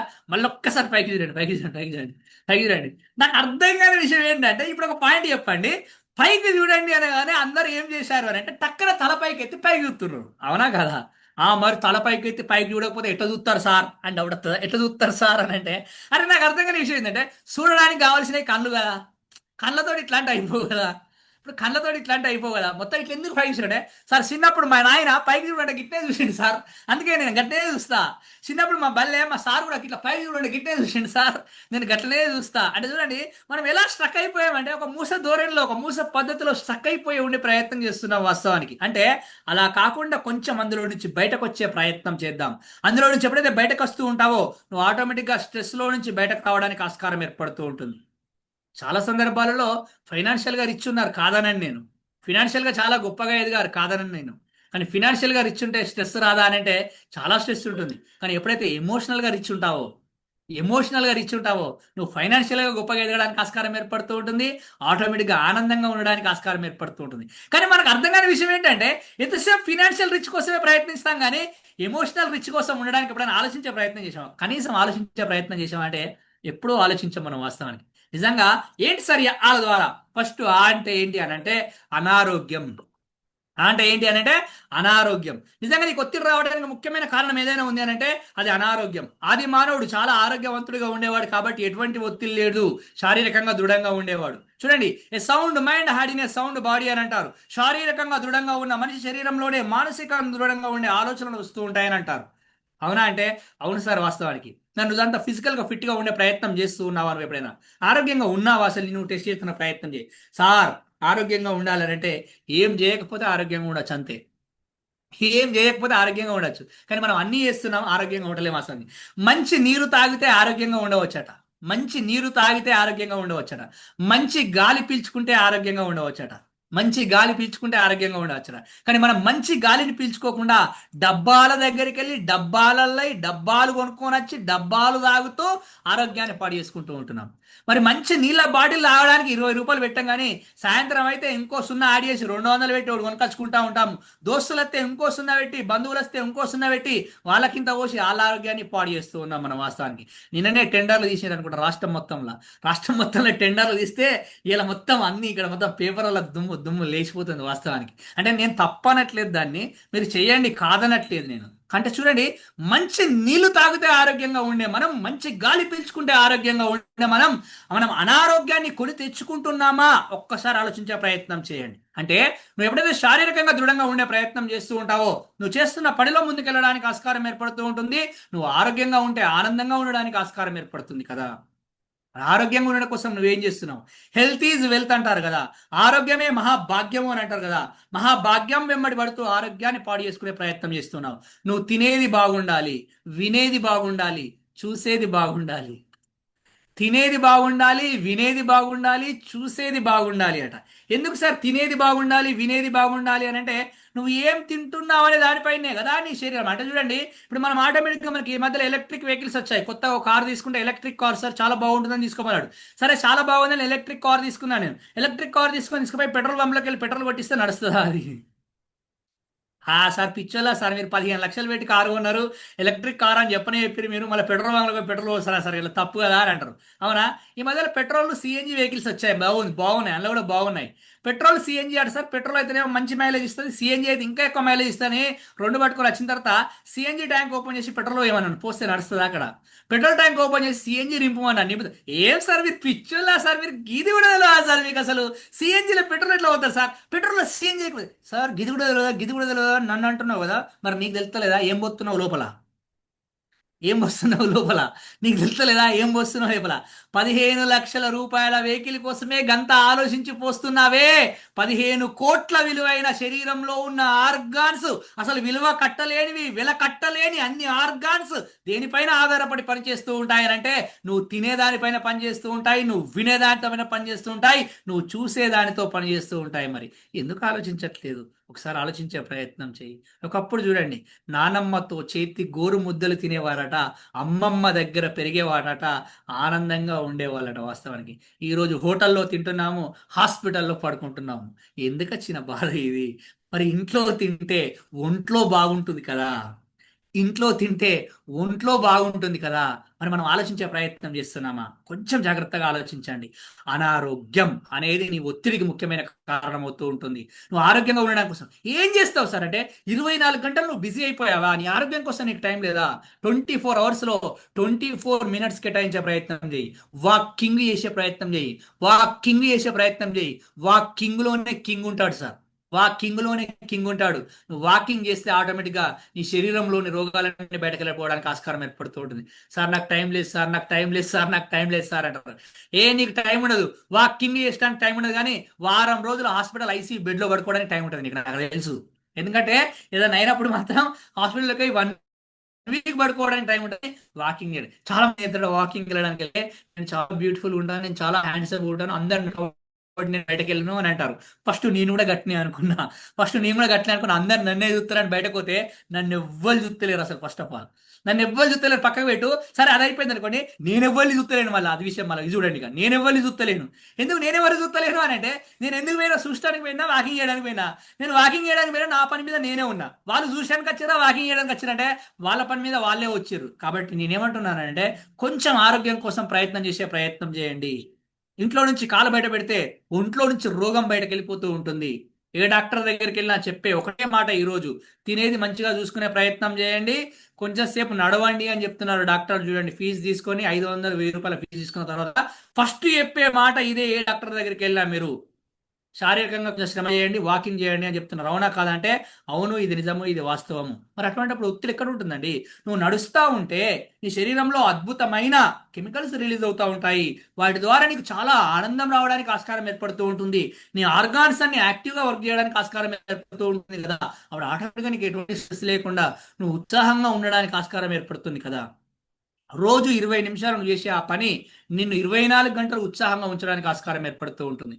కాబట్టి ఆ ఆరోగ్యంపై కొంచెం దృష్టి పెట్టే ప్రయత్నం చేయండి. ఎటువంటి ఒత్తిడి లేకుండా సార్ నేను బయటకు వెళ్ళలేను సార్, నేను ఇంట్లోనే ఉంటాను సార్, బెడ్రూమ్లో ఉండాలి సార్, హాల్లోనే ఉండాలి సార్, హాల్లో నుంచి బయటకు వెళ్ళాలి సార్ అంటే, ఇంట్లో కూర్చొని డ్యాన్స్ చేయి, స్కిప్పింగ్ చేయి, చెమటలు వచ్చేలాగా ఏదైనా ఒక పని చేయి. ఆల్రెడీ మీకు విషయం తెలుసు లేదు, మీకు చెప్తా అంటే నాకు చెమటలు వస్తున్నాయి, మీకు అర్థమవుతుంది కదా సార్. మీకు ఫ్యాన్ లేదా, పక్క పంట ఏసీ లేదా, మీ ఇంట్లో కరెంట్ లేదా, ఇవన్నీ క్వశ్చన్లు అడుగుతారు మీరు, నాకు తెలుసు. అన్ని ఉన్నాయి, ఈ చుట్టూ అది కనబడుతుంది, ఇటు చూస్తే ఫ్యాన్ కనబడుతుంది, ఇటు చూస్తే ఏసీ కనబడుతుంది, రిమోట్ నా చేతిలో ఉంది, పక్క పంట అన్ని బటన్లు ఉన్నాయి. ఇవన్నీ వేసుకుంటే లోపల ఉన్నదంతా చెత్త అంతా లోపలనే ఉంటుంది. కానీ మీతో మాట్లాడుతున్నప్పుడు వస్తుంటే అసలు నాకు ఎంత రిలాక్సేషన్గా ఉందో తెలుసా. ఇక్కడ నాకు మీకు అర్థమవుతుందా అది? అంటే చూడండి, అందులో ఉన్న ఆ చెత్త మొత్తం బయటకు వెళ్ళిపోయే ప్రయత్నం జరిగితేనే కదా మనం ఆనందంగా ఉండడానికి ఆస్కారం ఏర్పడుతూ ఉంటుంది. కాబట్టి ఆరోగ్యం కోసం నువ్వేం చేస్తున్నావు అని ఒక్కసారి ఆలోచించే ప్రయత్నం చేయి. నువ్వు బయటకు వెళ్ళడం ప్రారంభిస్తే, నువ్వు ఎక్సర్సైజ్ చేయడం ప్రారంభిస్తే, నువ్వు వాకింగ్ చేయడం ప్రారంభిస్తే, నీ కుటుంబం మొత్తం ఆరోగ్యంగా ఉండడానికి ఆస్కారం ఏర్పడుతుంది. అదేంటి సార్, నా కుటుంబం మొత్తం ఆరోగ్యంగా ఉంటుందా సార్ అంటే, నీతో పాటు నీ పిల్లలు కూడా వస్తూ ఉంటారు, నీతో పాటు నీ స్పౌజ్ కూడా వస్తూ ఉంటుంది. ఆటోమేటిక్గా అన్ని మారడానికి ఆస్కారం ఏర్పడుతుంటుంది. ఫస్ట్ వన్ అనారోగ్యము. ఎవరి చేతిలో ఉంది ఇది? నా చేతిలోనే ఉంది. నా చేతిలో అంటే నీ చేతిలోనే ఉంది వాస్తవానికి.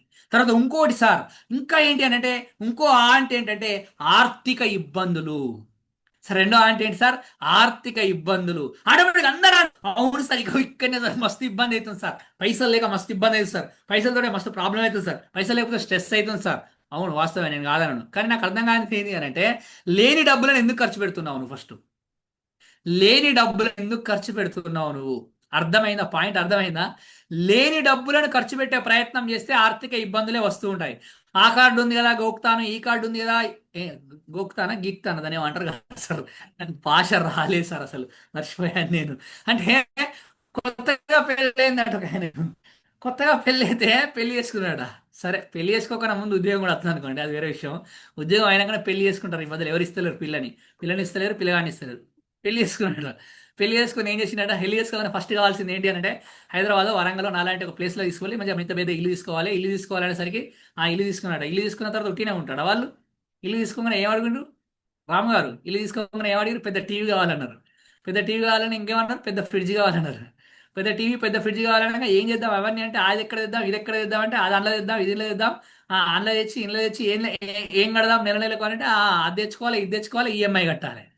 అది తెచ్చుకోవాలి ఇది తెచ్చుకోవాలి, ఏం చేయాలి, ఈఎంఐ కట్టుకోవాలి. ఈఎంఐ అని కట్టుకుంటా ఇంట్లో ఉన్న ఈఎంఐని మర్చిపోయినాడు ఆయన. ఇంట్లో ఉన్న ఈ అమ్మాయిని మర్చిపోయినట. ఇంట్లో ఉన్న ఈ అమ్మాయిని మర్చిపోయి ఈఎంఐల చుట్టూ జీవితం తిరుగుతా ఉంటే ఆనందం ఎక్కడ ఉంటుందా? లేని డబ్బులను ఎందుకు ఖర్చు పెడుతున్నావు అంటే, ఆర్థిక ఇబ్బందులు రావడము అని అంటే డబ్బులు సంపాదించడం ఒక్కటే కాదు, డబ్బులు సంపాదించిన దాంట్లో నుంచి నువ్వు ఎలా ఖర్చు చేస్తున్నావు అనేది కూడా చాలా ప్రముఖ పాత్ర పోషిస్తూ ఉంటుంది. దేనికోసం ఖర్చు చేస్తున్నావు అనే దానిపైన చాలా ప్రముఖ పాత్ర పోషిస్తూ ఉంటుంది. అంటే ఇక్కడ చాలా సందర్భాల్లో ఏం చేస్తూ ఉంటావనంటే, అనిపించిందంతా చేసుకుంటూ పోతూ ఉంటే ఆనందంగా ఎక్కడ ఉంటావు నువ్వు? అనిపించిందల్లా చేసుకుంటూ పోతే ఆనందంగా ఎక్కడ ఉంటావు? అనుకున్నది మాత్రమే చేయాలి, అనిపించిందల్లా ప్రతి ఒక్కటి చేయకూడదు. అదేం సార్ భలే ఉంది, దగ్గర దగ్గరనే ఉన్నాయి కదా సార్. అనిపించింది అనుకున్నది అని అంటే, అనిపించింది ఆ క్షణంలో అనిపించవచ్చు, మరొక క్షణంలో మారిపోవచ్చు. కానీ అనుకున్నది మాత్రం ఎప్పటికీ ఒకటే ఉంటూ ఉంటుంది. అనుకున్నదే చేసే ప్రయత్నం చేస్తూ ఉండాలి. ఏది కొనాలన్నా ఏది చేయాలన్నా ఆ క్షణం కాకుండా ఒక రోజు ఆగుతాను అని ఆగే ప్రయత్నం చేయండి. ఒక 24 అవర్స్ ఆగే ప్రయత్నం చేయండి.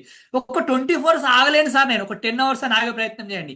10 అవర్స్ కూడా ఆగలేను సార్ నేను, 1 అవర్ అని ఆగే ప్రయత్నం చేయండి.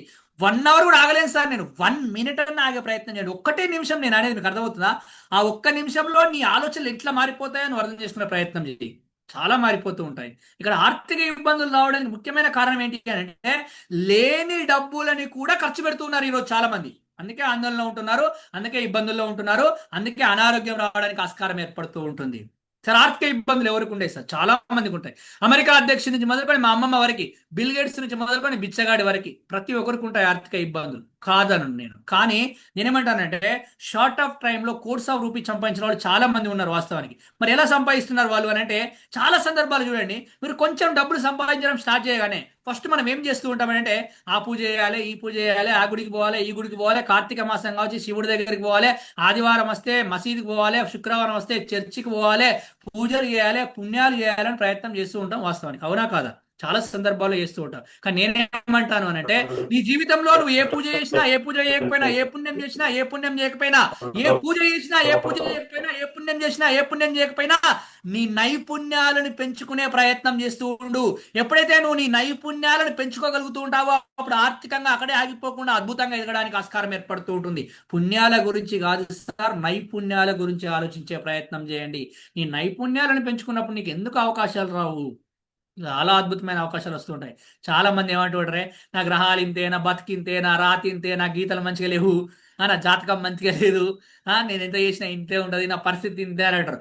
ఆకాశంలోని గ్రహాలు నీ గతిని మార్చలేవట. ఆకాశంలోని గ్రహాలు నీ గతిని మార్చలేవు. చేతిలోని గీతలు నీ రాతను మార్చలేవు. నీ రాత నీ గీత మారాలంటే నువ్వు మారాలి, నీ ఆలోచన మారాలి, నువ్వు చేస్తున్న పని విధానం మారాలి, మరీ ముఖ్యంగా నువ్వు మాట్లాడే మాట విధానం మారాలి, నువ్వు చూసే చూపు విధానం మారాలి. అప్పుడు మాత్రమే అద్భుతంగా ఎదగడానికి ఆస్కారం ఏర్పడుతూ ఉంటుంది. తెలుసా నీకు? ఏం మాట్లాడుతున్నావో తెలుసా నీకు? అసలు నీ జీవితంలో నీ ఆర్థిక ఇబ్బందులకు ముఖ్యమైన కారణం ఏంటో తెలుసా? నువ్వు మాట్లాడే ప్రతి మాట నీ ఆర్థిక ఇబ్బందులకు కారణమవుతుంది. అదేంటండి, నేను మాట్లాడే మాటలు అలా అవుతున్నాయా? ఎంతసేపు నువ్వు నెగిటివ్గా మాట్లాడుతూ ఉంటే ఆ నెగిటివ్ మొత్తం జరగడానికి, నీకు జరగడానికి మాత్రమే ఆస్కారం ఏర్పడుతూ ఉంటుంది. అరే, నువ్వంటే ఎవరయ్యా? నువ్వంటే ఎవరయ్యా? కనబడే నువ్వు నువ్వు కాదు, వినబడే నువ్వు నువ్వు కాదు. అదేంటండి, నేనే కనబడుతున్నాను కదా అని అంటే కనబడేది నీ రూపం, మరి నేనే వినబడుతున్నాను కదా అంటే వినబడేది నీ మాట. మరి నువ్వంటే ఎవరు అని అంటే నీ ఆలోచనలే నువ్వు, నీ ఆలోచనలే నువ్వు. నువ్వు ఎలా ఆలోచిస్తే అలా తయారవుతావు అనేది శక్తివంతమైన వాస్తవం. ఎలా ఆలోచిస్తున్నావు అని అంటే ఇంతసేపు నువ్వు నేను చేయలేను, నేను చేయలేను, నాతో కాదు, నీకు కాదు అని ఆలోచించే ప్రయత్నం చేస్తున్నావు. అందుకే అక్కడే ఆగిపోవడానికి ఆస్కారం ఏర్పడుతూ ఉంటుంది. కొంచెం చేంజ్ చేసే ప్రయత్నం చేయండి. పేదవాడిగా పుట్టడం నీ తప్పు కాదు, పేదవాడిగా మరణించడం మాత్రం నీ తప్పే అని చాలా మంది చెప్పినట్టున్నారు మీరు, చాలా మంది విన్నట్టున్నారు మీరు. కానీ నేనేమంటాను అనంటే పేదవాడిగా పుట్టడం నీ తప్పు కాదు, పేదవాడిగా చచ్చిపోవడం కూడా నీ తప్పు కాదు. ఒక్కడివే ఉంటే పేదవాడిగా పుట్టి పేదవాడిగా చచ్చిపో తప్పు కాదు. కానీ నీ కుటుంబాన్ని పేద కుటుంబంగా చేసి చచ్చిపోవడం మాత్రం అది నీ తప్పే, అది నీ తప్పే. కాబట్టి కొంచెం ఆలోచించే ప్రయత్నం చేయండి, కష్టపడే ప్రయత్నం చేయండి. ఆ కష్టాన్ని ఇష్టంగా కష్టపడే ప్రయత్నం చేస్తూ ఉండండి. విమర్శలని తట్టుకునే ప్రయత్నం చేయండి. సహనంతో జీవించే ప్రయత్నం చేయండి. కోరికలని కంట్రోల్ చేసుకునే ప్రయత్నం చేయండి. కోరికలే అన్నింటికీ మూలమంట వాస్తవానికి. కోరికల ద్వారానే చర్యలు జరుగుతూ ఉంటాయట. ఆ చర్యల ద్వారానే ఫలితం వస్తూ ఉంటుందట. ఆ ఫలితం అనేది సక్సెస్ ఇచ్చేదా, సఫరింగ్ ఇచ్చేదా? ఆ సక్సెస్ అనేది సఫరింగ్ ఇచ్చేదా, ఆ ఫలితం అనేది సఫరింగ్ ఇచ్చేదా, సక్సెస్ ఇచ్చేదా అనే దేనిపైన ఆధారపడి ఉంటుంది అని అంటే నీ యొక్క కోరికల పైన ఆధారపడి ఉంటుందట. అవి ఒక మంచి కోరికలు అయితే మంచి పనులు చేస్తూ మంచి ఫలితం రావడానికి ఆస్కారం ఏర్పడుతూ ఉంటుంది. అవి ఒకవేళ చెడు కోరికలు అయితే ఆటోమేటిక్గా చెడు పనులు చేస్తూ జీవితాంతం సఫరింగ్ కావడానికి ఆస్కారం ఏర్పడుతూ ఉంటుందట. క్షణికావేశంలో చిన్న చిన్న పనులు చేస్తూ చాలా మంది ఈరోజు ఇబ్బందులు ఉండడానికి ఆస్కారం ఏర్పడుతూ ఉంటుంది. అందుకే నేనేమన్నానంటే ఫినాన్షియల్గా రిచ్ కావచ్చు, తప్పేం కాదనను, కానీ ఎమోషనల్గా రిచ్ అయ్యే ప్రయత్నం చేయండి. ఎమోషనల్గా రిచ్ అయ్యే ప్రయత్నం చేయండి. వాటిని కంట్రోల్ చేసుకునే ప్రయత్నం చేయండి. ఆటోమేటిక్గా ఎటువంటి స్ట్రెస్ లేకుండా ముందుకెళ్ళడానికి ఆస్కారం ఏర్పడుతూ ఉంటుంది. ఏ తప్పు చేయని వాడు ఎందుకు ఒత్తిడికి లోనవుతూ ఉంటాడు? ఒక్కసారి ఆలోచించే ప్రయత్నం చేయండి. తప్పుడు పని చేసి సంపాదించిన వాడు దేనికి ఒత్తిడికి లోనవుతూ ఉంటాడు? ఒక్కసారి ఆలోచించే ప్రయత్నం చేయండి. బంగారంతో చేసిన మంచం నీ ఇంట్లో ఉన్నా కానీ కంటి నిండా నిద్ర రావట్లేదు నీకు అని అంటే ఒక్కసారి ఆలోచించే ప్రయత్నం చేయి. కటిక నేలపైన పడుకున్నా కానీ కనులారా నిద్రపోతున్న వ్యక్తి అంటే ఒక్కసారి ఆలోచించే ప్రయత్నం చేయి. ఏం చేస్తున్నాము? ఒత్తిడి కొని తెచ్చుకుంటున్నామా మనము? మనమే కొని తెచ్చుకుంటున్నామేమో అని అనిపిస్తుంది కదా. ఒక్కసారి ఆలోచించే ప్రయత్నం చేయండి. ఆర్థిక ఇబ్బందులు అనేవి ఈ రోజు ఇలా ఉండవచ్చు నీ జీవితం, కానీ ఏదో ఒక రోజు గొప్ప స్థాయికి వెళ్ళడానికి ఆస్కారం ఏర్పడుతూ ఉంటుంది. కానీ ఈ రోజు ఇలా ఉన్నా కానీ ఆ చేసే పనిని ప్రతిరోజు చేసుకుంటూ ముందుకు వెళ్ళే ప్రయత్నం చేయి. అనగననగ రాగా మతి చేల్చి నుండి నువ్వు తినగ తినగావేమో తీయనుండు సాధనమున పనులు సమకూరు ధరలోన విశ్వదాభిరామ వినరం. ఓ సారు, నాకు ఈ ముచ్చట చిన్నప్పుడే తెలుసు, నేను చెయ్యా అని అంటే నేనేం చేయలేను, నువ్వేం చేయలేము, ఎవరేం చేయలేరు. కాబట్టి మెల్లమెల్లగా 1000 miles journey begins with a single step అంటారు. నువ్వు చేసే ఆ చిన్న పనినే కన్సిస్టెన్సీగా, డెడికేషన్తో, డిసిప్లిన్తో చేస్తూ ముందుకెళ్ళే ప్రయత్నం చేయి. ఆటోమేటిక్గా అద్భుతంగా ఈ రోజు గొప్ప గొప్ప సామ్రాజ్యాలు స్థాపించిన వాళ్ళందరూ ఒకప్పుడు మామూలు వ్యక్తులే. అదెందుకంటే ఈ రోజు మనం జూమ్ ప్లాట్ఫామ్ లో ఉన్నాము. ఈ జూమ్ ప్లాట్ఫామ్ స్టార్టింగ్ లో ఉన్నప్పుడు ఫ్రీగా ఇచ్చేవాళ్ళు, వాస్తవానికి వీళ్ళు ఫ్రీగా ఇస్తున్నప్పుడు ప్రతి ఒక్క అకౌంట్ తోటి ఫ్రీగా ఇచ్చేవాళ్ళు. కానీ ఈ రోజు ఈ జూమ్ అకౌంట్ మనం కొనుక్కోవాల్సి వస్తూ ఉంది, చాలా డబ్బులు పే చేస్తూ ఉన్నాం. వాస్తవానికి ఈ రోజు మనం ఇంటికాడ కూర్చొని యూట్యూబ్ లో వీడియోలు చూస్తున్నాం. ఆ యూట్యూబ్ స్టార్ట్ చేసినప్పుడు 2005వ సంవత్సరంలో ఒక్క రూపాయి కూడా రాలే వాళ్ళకి. వాస్తవానికి ఒక నిమిషానికి కాదు కదా, కొన్ని సంవత్సరాల దాకా కూడా డబ్బులు రాలే వాస్తవానికి. కానీ ఈ రోజు మీరు గూగుల్ చేసి చూడండి, ప్రతి సెకండ్కి $18,000 వస్తున్నాయట యూట్యూబ్ సంస్థకు. $18,000 అంటే మీకు అర్థమవుతుందని చెప్పేది. 2005లో ప్రారంభించబడినప్పుడు యూట్యూబ్ సంపాదన లేదు. అదేవిధంగా మనం ఈరోజు ఇంట్లో కూర్చొని అమెజాన్లో ఆర్డర్ చేస్తున్నాం. అప్పుడు అమెజాన్ ఆర్డర్ చేస్తున్నప్పుడు ప్రతి స్టార్ట్ అయిన సందర్భంలో ఎటువంటి డబ్బులు రాలేదు వాళ్ళకు. కానీ ఆటోమేటిక్గా ఈ రోజు $10,000 వస్తున్నాయట. ప్రతి సెకండ్కు సార్ నేను చెప్పేది గుర్తుపెట్టుకునే ప్రయత్నం చేయండి. సెకండ్కి $10,000. టెస్లా కంపెనీ, కార్లు అంటే టెస్లా, టెస్లా అంటే కార్లు అనే స్థాయికి వచ్చాము ఈరోజు మనం. కార్ల గురించి మాట్లాడుతుంటే టెస్లా కార్లు మన ఇండియాలో కూడా లాంచ్ చేయాలంటున్నాము. ఆ టెస్లా కంపెనీ స్టార్ట్ చేయబడినప్పుడు ఎటువంటి ప్రాఫిట్ లేదట. ఈరోజు ప్రతి సెకండ్కి $7,000 వచ్చి వాళ్ళ అకౌంట్లో పడిపోతూ ఉన్నాయట. సార్ మన జీవితం ఎందుకు మారదు సార్? ఒక్కసారి ఆలోచించే ప్రయత్నం చేయండి. చిన్నగా ప్రారంభించినా కానీ ఏదో ఒక రోజు, సార్ మనం ఎప్పుడో పుట్టినప్పటి నుంచి ఇప్పటిదాకా ఎన్నో స్ట్రగుల్ చేస్తూ ఎన్నో ఇబ్బందులు పడుతూ వచ్చాం కదా. ఈరోజు ఈ స్థాయికి వచ్చామంటే మామూలుగా వచ్చిన వాళ్ళు మేము కాదు కదా. అలా మన జీవితంలో చాలా అద్భుతమైన అవకాశాలు ఉంటాయి.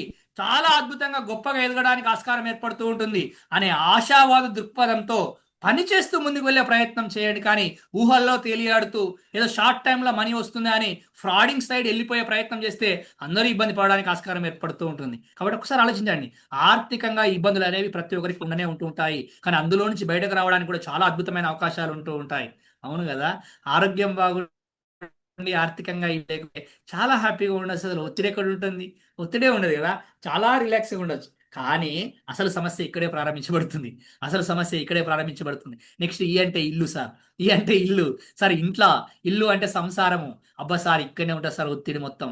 పొద్దుగాలు లేవగానే చూస్తా సార్, కనబడుతుంది, మార్చేయాలనిపిస్తుంది, మార్చలేకపోతున్నా సార్ అంటాం.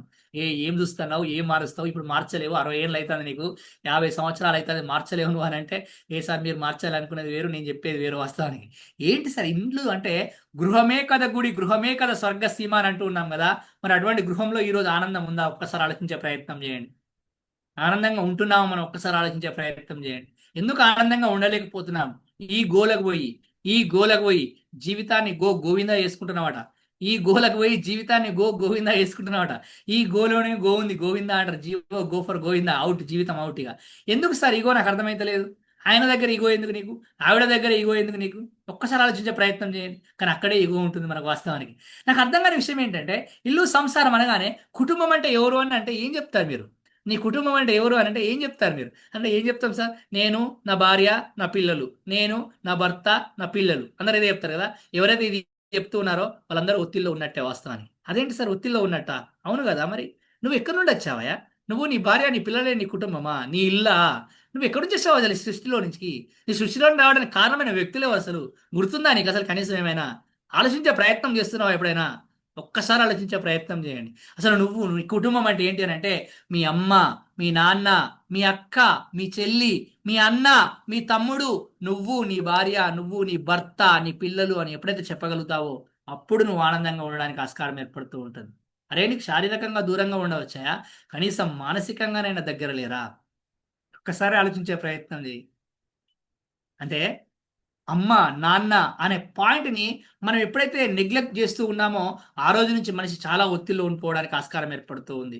నిజమే, నేను కాదనను, తప్పేం కాదు. నువ్వెక్కడో ఏదో పరిస్థితుల్లో ఎక్కడికో వెళ్ళిపోయావు, ఎక్కడో ఉంటున్నావు, దేశంగా దేశంలో ఉంటున్నావు, రాష్ట్రంగా రాష్ట్రంలో ఉంటున్నావు, నువ్వు ఉండలేకపోతున్నావు. సరే, నువ్వు శారీరకంగా దగ్గర లేకపోవచ్చునేమో అని, కనీసం మానసికంగా కనీసం మాట్లాడే పరిస్థితి కూడా లేదా నీకు? ఒకసారి ఆలోచించే ప్రయత్నం చేయండి అంటే, లేదు లేదు అని అనే ప్రయత్నం చేస్తున్నారు వాస్తవానికి. అందుకే ఈరోజు చాలా ఒత్తిడిలో ఉన్నారు. సరే, అమ్మ జన్మనిచ్చింది, నాన్న జీవితాన్ని ఇచ్చాడు, కాబట్టి వాళ్ళని గుర్తుపెట్టుకునే ప్రయత్నం చేస్తూ ఉన్నాం. కానీ నిజంగా అసలు నువ్వు ఈరోజు బతుకుండడానికి, అసలు ఈరోజు గాలి పీల్చుకుంటూ ఉండడానికి, అసలు ఈరోజు నువ్వు కూర్చొని ఉండడానికి కారణమైన వ్యక్తులు ఒకరు ఉన్నారు తెలుసా నీకు? నీకు ఆ కారణమైన వ్యక్తులు ఒకరు ఉన్నారు తెలుసా? అలేవాళ్ళు సార్, మా అమ్మనా జన్మనిచ్చింది కాబట్టి, మా నాన్ననా, మా గురువా సార్, విద్యాబుద్ధులు నేర్పిన వాడు గురువా సార్ అని అంటూ ఉంటారు. కానీ కాదు. అమ్మ, నాన్న, గురువు కన్నా గొప్ప వాళ్ళు నీ జీవితంలో ఉన్నారు. అసలు వాళ్ళని ఎప్పుడైనా గుర్తించే ప్రయత్నం చేసావా కనీసం? అసలు ఎవరు సార్ నా జీవితంలో అంత గొప్ప పాత్ర పోషించిన వాళ్ళు? నేను ఈరోజు బతుకుండడానికి కారణమైన వ్యక్తులా సార్? నిజంగా నేను ఈరోజు శ్వాస తీసుకోవడానికి కారణమైన వ్యక్తులా సార్ అని అంటే, అవును, నువ్వు ఇలా బతుకుండడానికి కారణమైన వ్యక్తులే వాళ్ళు వాస్తవానికి. ఎవరు అని అంటే, వాళ్ళు నీ రక్త సంబంధికులు. నీ అక్క, నీ చెల్లి, నీ అన్న, నీ తమ్ముడు. అదేంటి సార్, వాళ్ళ వల్ల నా సార్ నేను బతికింది ఈరోజు? నీకు తెలియదు సార్. వాళ్ళు నన్ను ఇబ్బందులు పెట్టారు సార్, నన్ను చాలా బాధలకు గురి చేశారు సార్, నన్ను చాలా తిట్టారు సార్, నేను ముందుకు వెళ్తా అంటే వెనుకకు లాగారు సార్. నీకు విషయం తెలుసా? మీ అమ్మ నీకు జన్మ మాత్రమే ఇచ్చింది, మీ నాన్న నీకు సౌకర్యాలు మాత్రమే కల్పించాడు. కానీ ఒక సందర్భంలో మీ అమ్మ, మీ నాన్న నీ పక్కన లేనప్పుడు నువ్వు ఏడుస్తూ ఉంటే మీ అక్క నీ చేయి పట్టుకొని నీకు అన్నం తినిపించింది. ఆ విషయం నీకు గుర్తుందా? మీ అన్న నీ చేయి పట్టుకొని ముందుకు తీసుకెళ్ళాడు. నీకు ఆ సందర్భం గుర్తుందా? అసలు నీకు ఊహ తెలియని సందర్భంలో, అమ్మ నాన్న పక్కన లేని సందర్భంలో నువ్వు ఎన్నో ఇబ్బందులు పడుతుంటే ఆ ఇబ్బందుల నుంచి నేను రక్షించాడు మీ అక్క, మీ చెల్లి, మీ అన్న, మీ తమ్ముడు అనే విషయం నీకు అసలు ఊహలో ఉందా వాస్తవానికి? ఆ ఊహలో కూడా లేదు. నీకు విషయం అర్థమవుతుందో లేదు. ఈ రోజు ఏదో చిన్న చిన్న తప్పులు చేశారు, చిన్న చిన్న మాటలు అన్నారని వాళ్ళందరినీ దూరం పెట్టే ప్రయత్నం చేశావు. నువ్వు ఈ రోజు ఒత్తిడిలో ఉండడానికి ఆస్కారం ఏర్పడుతూ ఉంటుంది. ఒక్కసారి ఆలోచించే ప్రయత్నం చేయి. చేయి. నీకు ఊహ తెలిసిన క్రమం నుంచి నువ్వు వాళ్ళపైన నెగిటివ్గానే ఆలోచించే ప్రయత్నం చేస్తూ ఉన్నావు. అమ్మ వదిలిపెట్టి వెళ్ళిపోయింది, నాన్న నీ పక్కన లేడు, కానీ నీకు జీవితంలో ఏదైనా జరిగితే ప్రపంచం మొత్తం ఎవరు నీ పక్కకు రారు. ఆ నలుగురు నీ పక్కన ఉండేది నీ కుటుంబ సభ్యులే. ఆ 10 రోజులు నీ కార్యక్రమాలు జరిపించేది ఆ రక్త సంబంధికులే కదా. మరి ఎందుకయ్యా నువ్వు వాళ్ళని దూరం పెట్టే ప్రయత్నం చేస్తున్నావు? వాళ్ళందరినీ దూరం పెట్టి నువ్వు లక్షల కోట్లు సంపాదించాను, ఆనందంగా ఉన్నాను అనుకుంటున్నావు, కానీ ఆందోళనలో ఉన్నావు, ఒత్తిడిలో ఉన్నావు. ఒక్కసారి ఆలోచించే ప్రయత్నం చేయి. అరే నీకు అర్థమవుతుందా? అసలు నా క్లాస్ నచ్చలే, క్లాస్ నుంచి వెళ్ళిపోవచ్చు. క్లాస్ కాదయా, నువ్వు ఉండే ఇల్లు నచ్చలే, ఇంట్లో నుంచి వెళ్ళిపోవచ్చు. ఇల్లు నచ్చలేదు కాదయా, నువ్వు ఉండే ఊరు నచ్చలే, ఊర్లో నుంచి వెళ్ళిపోవచ్చు. నువ్వు ఉండే జిల్లా నచ్చలే, జిల్లా నుంచి వెళ్ళిపోవచ్చు. అసలు నువ్వు ఉండాలనుకున్న రాష్ట్రమే నీకు నచ్చలే, రాష్ట్రాన్ని మార్చేయవచ్చు. దేశం కూడా నచ్చలే, వేరే దేశానికి వెళ్ళిపోవచ్చు. దేశం కాదే, అసలు ఈ ప్రపంచంలో నీకు ఉండడం ఇష్టం లేకపోతే, ఈ భూమి మీద ఇష్టం లేకపోతే, సూర్యమండలం వెళ్ళిపోతే, చంద్రమండలానికి వెళ్ళిపోవచ్చు. దేనైనా మార్చే హక్కు నీకుంది, దేనైనా మార్చే స్వేచ్ఛ నీకుంది. కానీ ప్రపంచంలో మార్చలేని బంధం ఏదైనా ఉంది అని అంటే అది ఒక్క రక్త సంబంధం మాత్రమే. Accept your family members as it is. ఎప్పుడైతే నీ కుటుంబ సభ్యులను నువ్వు యాక్సెప్ట్ చేస్తూ ఉంటావో అప్పుడు మాత్రమే నువ్వు ఆనందంగా ఉండడానికి ఆస్కారం ఏర్పడుతూ ఉంటుంది. ఎందుకు అనంటే చాలా సందర్భాలలో చాలా విషయాలు మీకు తెలిసినట్టు వాళ్ళకి తెలియదు కదా. మీరు చదువుకున్న వాళ్ళు కదా, వాళ్ళు చదువులేని వాళ్ళు కదా. ఎందుకు వాళ్ళని దూరం పెట్టే ప్రయత్నం చేస్తున్నావు? నీ ఆస్తులు అడిగారా? నీ అంతస్తులు అడిగారా? అన్న అని చెప్పుకునే ఒక మాట అడుగుతున్నారు, అక్క అని చెప్పుకునే ఒక మాట అడుగుతున్నారు, తమ్ముడు అని చెప్పుకోవడానికి ఒక మాట అడుగుతున్నారు. పెళ్లి కాగానే మొత్తం సర్వస్వం అయిపోయిందా నీకు? వాళ్ళందరూ లేరా? మీరు కూడా ఒకసారి ఆలోచించే ప్రయత్నం చేయండి. మీ ఆయన అంటే ఎవరు అనుకుంటున్నారు? ఒక్కడే కాదు కదా జీవితంలో. వాళ్ళ అన్న కదా, వాళ్ళ తమ్ముడు కదా, వాళ్ళ చెల్లె కదా, వాళ్ళ అక్క కదా, వాళ్ళందరూ సాక్రిఫై కదా. ఓ రోజు వాళ్ళ అక్క ఆకలేస్తుందా కానీ మీ ఆయనకు అన్నం పెట్టింది తెలుసా? మీకు ఆ విషయం తెలుసా కనీసం? అంటే ఎందుకు ఇలా ఆలోచించలేకపోతున్నారు? కొంచెం జాగ్రత్తగా ఆలోచించే ప్రయత్నం చేయండి. రేపు నీకు తెలియని రక్త సంబంధికులందరూ నీ పిల్లలకు తెలుస్తున్నారా? అసలు నీ పిల్లలు ఎలా పెరిగే ప్రయత్నం చేస్తున్నారు? చిన్నప్పుడు నేర్పించావే నువ్వు? అమ్మ అను, అమ్మ అంటే ఆయుష్వంతుడు అవుతావు అని నేర్పించావు నీ పిల్లాడికి. అత్త అను, అత్త అంటే ఐశ్వర్యవంతుడు అవుతావు అని నేర్పించావు నీ పిల్లాడికి. అటువంటి మీ ఆయన వాళ్ళ అమ్మ వాళ్ళ ఇంటికి వచ్చే అవకాశం లేదా? అటువంటి మీ ఆయన వాళ్ళ చెల్లె అక్క మీ ఇంటికి వచ్చే అవకాశం లేదా? మరి అటువంటిప్పుడు నీ పిల్లలు ఏం చూసి నేర్చుకుంటారు? ఎలా బతుకుతారు? రేపు ఏమైనా అయితే ఎవరు వచ్చి చూసుకుంటారు? ఒక్కసారి కొంచెం జాగ్రత్తగా ఆలోచించే ప్రయత్నం చేయండి. ఎందుకు మనిషి ఒత్తిడిలో ఉన్నాడు ఈ రోజు అని అనుకుంటున్నప్పుడు ఇటువంటి ఈ సందర్భాలు, ఈ సంబంధ బాంధవ్యాలని ఎప్పుడైతే దూరం అయిపోయాయో అప్పుడు మాత్రమే ఈ ఒత్తిడిలోకి లోను కావడానికి ఆస్కారం ఏర్పడుతూ ఉంటుంది. ఉన్నది ఒకటే జీవితం అనుకుంటూ ఉంటారు. ఎప్పుడు పోతామో ఎవరికి తెలియదు అనుకుంటున్నారు. బస్సులో పడుకున్న వాళ్ళు పడుకున్నట్టే కాలిపోయి 20 మంది సజీవ దహనం అయ్యారట. ఏ క్షణంలో ఎవరు పోతారో ఏం తెలియదు, ఎప్పుడు ఉంటారో తెలియట్లేదు, ఎప్పుడు పోతారో తెలియట్లేదు. ఎందుకు మరి నువ్వు అంత ఎమోషన్స్ నీ మైండ్లో క్యారీ చేస్తూ, ఎంత నెగిటివ్ మైండ్ సెట్ నువ్వు క్యారీ చేస్తూ ముందుకెళ్ళే ప్రయత్నం చేస్తూ ఉన్నావు? దాన్ని తీసి పక్కన పెట్టాలి అని అంటే ఒకసారి వాళ్ళతో మాట్లాడే ప్రయత్నం చేయి. నీదే తప్పు కావచ్చు, నేను కాదనను. నీదే తప్పు కావచ్చు, నీది కాదనను. ఒకవేళ వాళ్ళదే తప్పు కావచ్చు, నేను కాదనను. పెద్దవాడిగా అయితే నువ్వే క్షమించే ప్రయత్నం చేయి. చిన్నవాడిగా అయితే నిన్ను నువ్వు క్షమించమని అడిగే ప్రయత్నం చేయి. ఎప్పుడైతే మనిషి క్షమించే గుణాన్ని అలవాటు చేసుకుంటూ ఉంటాడో, క్షమించే గుణాన్ని అలవాటు చేసుకుంటూ ఉంటాడో అప్పుడే ఆనందంగా ఉండడానికి ఆస్కారం ఏర్పడుతూ ఉంటుంది. అరే ప్రపంచంలో ప్రతి ఒక్కరిని క్షమించమని అడుగుతావా? నాలాంటి అనామకుడు చెప్తా ఉంటే 40 నిమిషాల నుంచి వింటూ ఉన్నావే. నీకు జీవిత పాఠాలు నేర్పిన నీ కుటుంబ సభ్యులు ఒక మాట అంటే తప్ప నేనంటే పడతావా? నువ్వు ఒకసారి ఆలోచించే ప్రయత్నం చేయి. నేను నిన్ను అంటానా? అసలు అనేంత ధైర్యం ఉంటుందా నేను నీకు? అంటే నిన్ను అంటున్నారు, నిన్ను అన్నారు అని అంటే నీ వాళ్ళు కాబట్టి నిన్ను అన్నారు కదా అని ఎందుకు ఆలోచించట్లేదు నువ్వు ఒకసారి? నిన్ను అనే హక్కు ఉంది కాబట్టి అని అన్నారు. సరే నీ దగ్గర మాత్రమే తప్పు చేశారు. ప్రపంచంలోని ప్రతి ఒక్కరిని క్షమిస్తూ ఉన్నావు. ప్రపంచంలోని ప్రతి ఒక్కరిని స్వారీ అడుగుతూ ఉన్నావు. రోడ్డు మీద వెళ్తే ఆటో దగ్గర కాలు దాకిన స్వారీ అంటున్నావు. కూరగాయల దగ్గరికి వెళ్ళినప్పుడు చేయి దాకిన స్వారీ అని అంటున్నావు. రోడ్డు పైన వెళ్తే ఎక్కడ పోయినా ఏ చిన్న తప్పు చేసినా స్వారీ స్వారీ స్వారీ స్వారీ అని చెప్తున్నావు. ప్రపంచంలో ప్రతి ఒక్కడికి స్వారీ చెప్తున్నా నువ్వే ప్రపంచమైన నీ కుటుంబ సభ్యులకి ఎందుకు స్వారీ చెప్పడం లేదు? ఒక్కసారి ఆలోచించే ప్రయత్నం చేయి. తప్పేం కాదు. క్షమించే గుణాన్ని అలవాటు చేసుకోండి. క్షమించమని అడిగే ప్రయత్నం చేయండి. ఆటోమేటిక్గా నీ మనసు ప్రశాంతంగా ఉండడానికి ఆస్కారం ఏర్పడుతూ ఉంటుంది. ఎప్పుడైతే మనసు ప్రశాంతంగా ఉంటుందో మనిషి ప్రశాంతంగా ఉండడానికి ఆస్కారం ఏర్పడుతుంది. ఎప్పుడైతే మనిషి ప్రశాంతంగా ఉంటూ ఉంటాడో మనిషి పక్కన ఉన్న మనుషులు ప్రశాంతంగా ఉండడానికి ఆస్కారం ఏర్పడుతూ ఉంటుంది. మనిషి పక్కన మనుషులు ప్రశాంతంగా ఉంటూ ఉంటారో ఆ ఇల్లు ప్రశాంతంగా ఉండడానికి ఆస్కారం ఏర్పడుతూ ఉంటుంది. కొంచెం జాగ్రత్తగా ఆలోచించే ప్రయత్నం చేయండి. అది 2 సైడ్ల నుంచి కావచ్చు, అది హస్బెండ్ సైడ్ నుంచి కానీ, వైఫ్ సైడ్ నుంచి కానీ. 2 కుటుంబాలు ఉంటేనే మీరిద్దరు ఇక్కడ కలిసినట్టు, మీకంటూ ఒక కుటుంబం ఏర్పడినట్టు. కాబట్టి ప్రతి ఒక్కరిని అలా గౌరవిస్తూ ముందుకు వెళ్ళే ప్రయత్నం చేస్తూ ఉన్నప్పుడు మనం అద్భుతంగా ఆనందంగా ఉంటూ హ్యాపీగా ముందుకెళ్ళడానికి ఆస్కారం ఏర్పడుతూ ఉంటుంది. ఒకప్పుడు అట చుట్టాలు వస్తే, చుట్టాలు ఇంటికి వెళ్తే 4 రోజులు ఉన్నాం, 5 రోజులు ఉన్నామని చెప్పుకునే వాళ్ళమంట. ఈ రోజు కనీసం మన ఇంటికి వచ్చి డోర్ నాక్ చేసే వాళ్ళు ఎవరు లేరు. ఈ రోజు ఏం జరుగుతుంది? తప్పని పరిస్థితి కాదనను. కానీ సరే నీ ఇంటికి రానీయకు నేను కాదనను. కానీ మాట్లాడడానికి ఏం పోతుంది? ఫోన్‌లో ఒకప్పుడు బ్యాలెన్స్ లేకపోతే రూ. 2 కాయిన్‌లు తీసుకొని కాయిన్ బాక్స్‌లో మాట్లాడేవాళ్ళమంట. ఈరోజు ఫోన్ నిండా బ్యాలెన్స్ ఉంది. ఫోన్ నిండా బ్యాటరీ ఉంది. అమ్మ ఫోన్ వెయిట్ చేస్తా ఉంది నీకోసం. నాన్న ఫోన్ వెయిట్ చేస్తా ఉంది నీకోసం. అక్క ఫోన్ వెయిట్ చేస్తా ఉంది నీకోసం. చెల్లి ఫోన్ వెయిట్ చేస్తా ఉంది నీకోసం.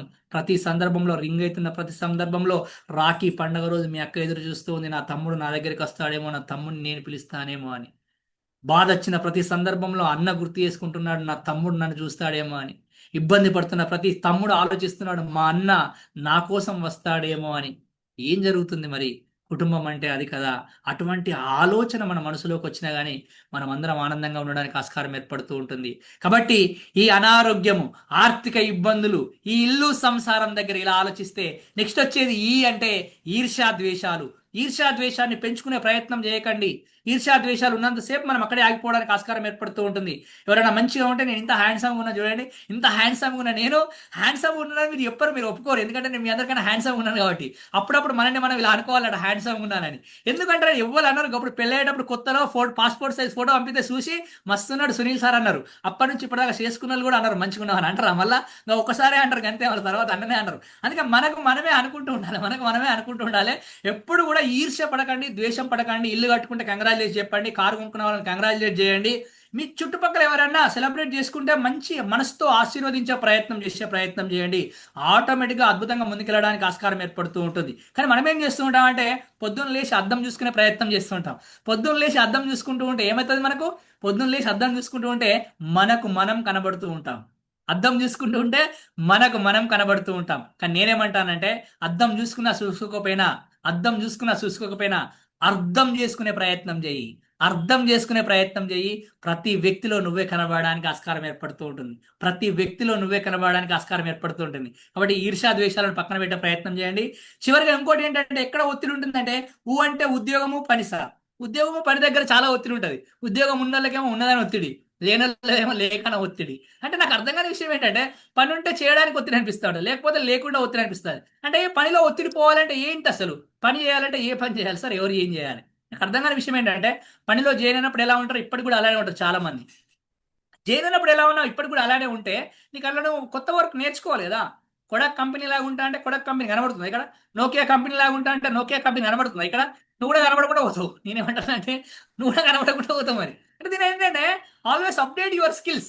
నీ స్కిల్స్ ని అప్డేట్ చేసుకునే ప్రయత్నం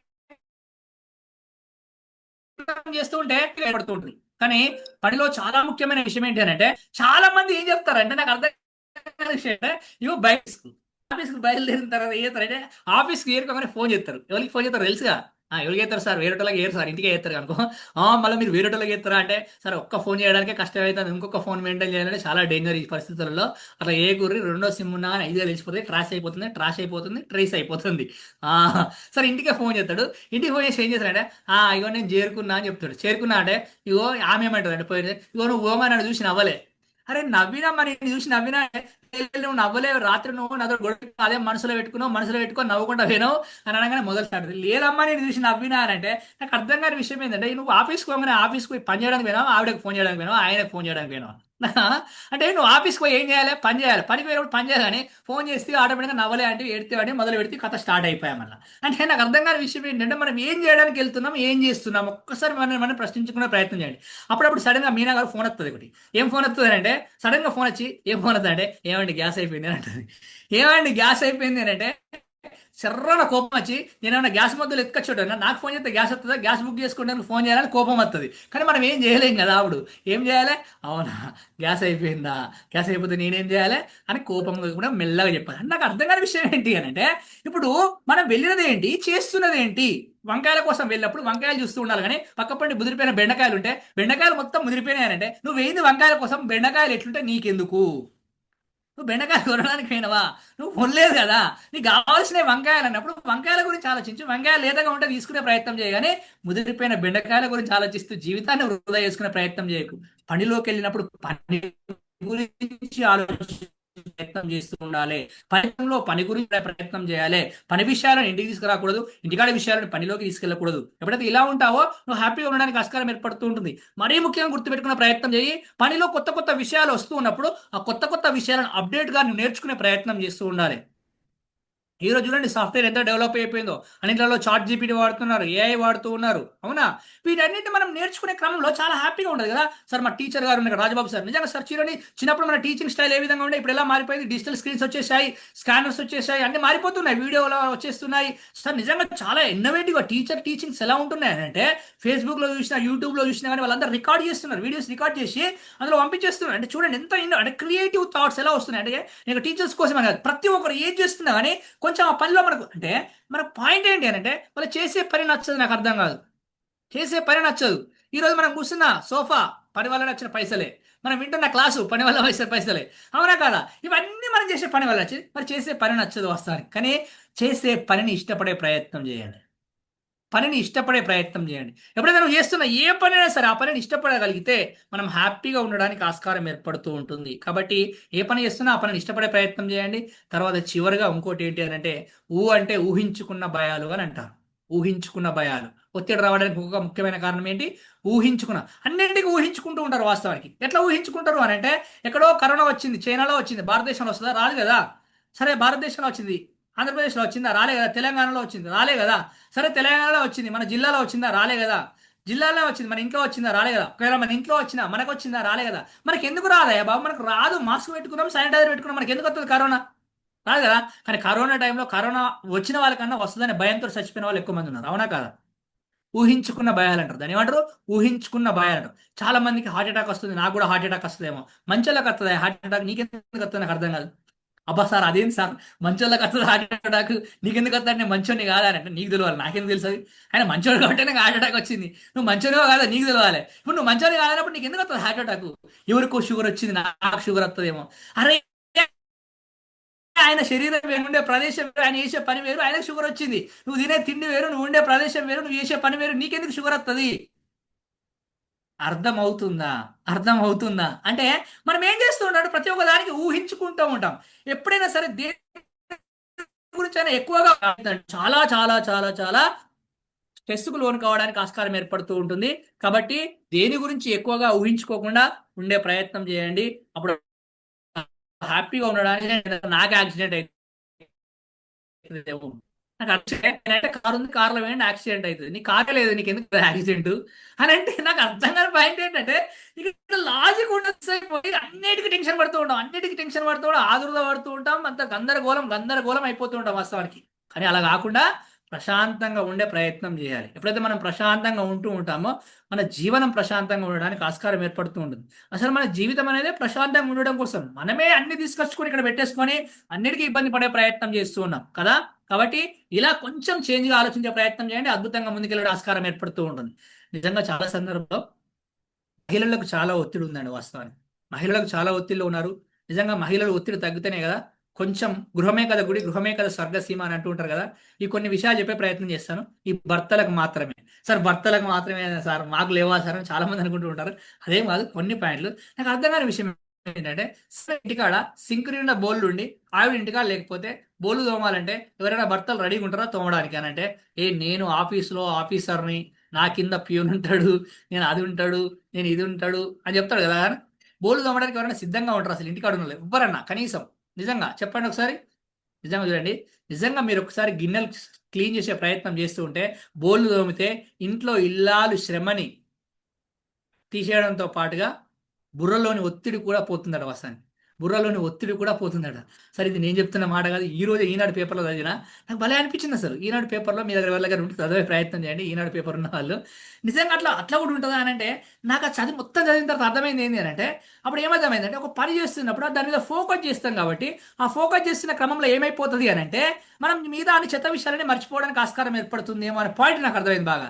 నిజంగా మనం పాత్రల్లోని మురికిని ఎలా జారిపోతూ ఉంటుందో, మనం బోలు దొమ్ముతున్నాడు పాత్రల్లోని మురికి ఎలా జారిపోతూ ఉంటుందో, భలే రాశాడు ఆయన, రాసిన పదము, పాత్రల్లోని మురికి ఎలా జారుతూ ఉంటుందో మన మనసులోని ఒత్తిడి ఆందోళన కూడా అలా జారిపోతూ ఉంటుందట.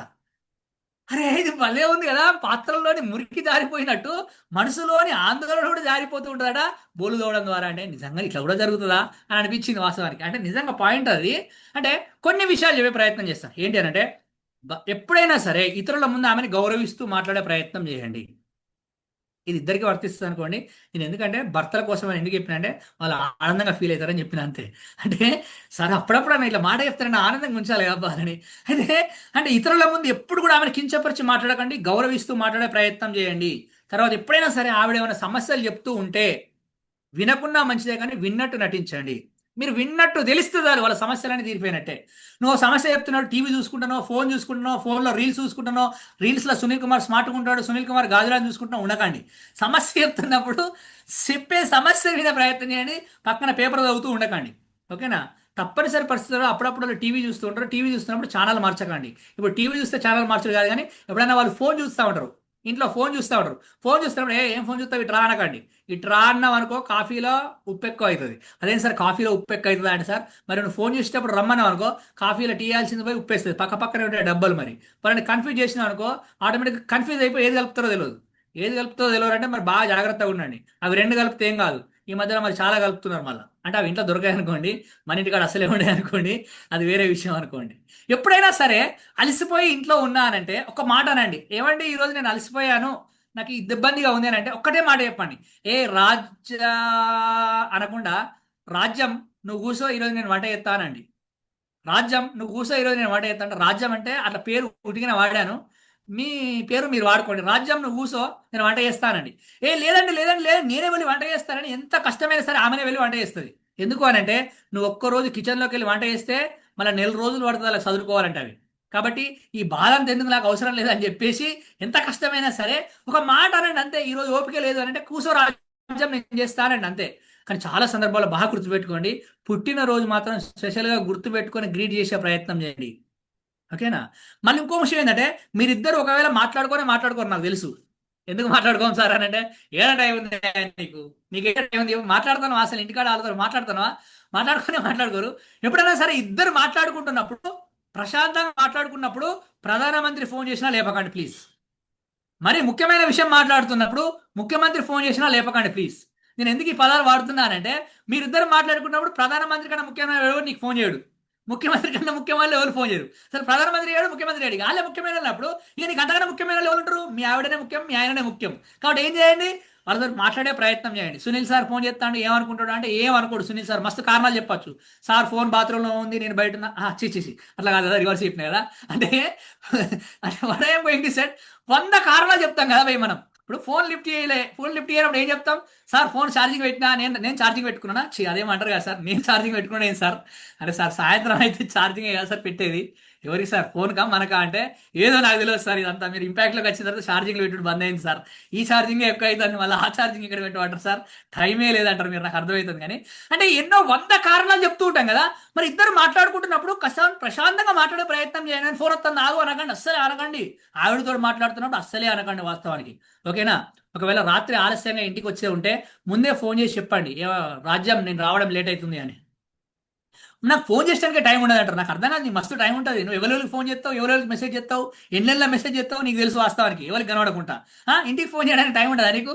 టైం ఉంటుంది, ఫోన్ చేయాలి వాస్తవానికి. ఫోన్ చేసి చెప్పండి, ఏమండి లేట్ అవుతుంది ఈరోజు అని చెప్పండి. చెప్తే ఏమైందంటే, ఒకవేళ నువ్వు ఫోన్ చేసి చెప్పి లేట్గా ఇంటికి వస్తే ఆవిడ చల్లగా ఉంటుంది, అన్నం వేడిగా ఉంటుంది.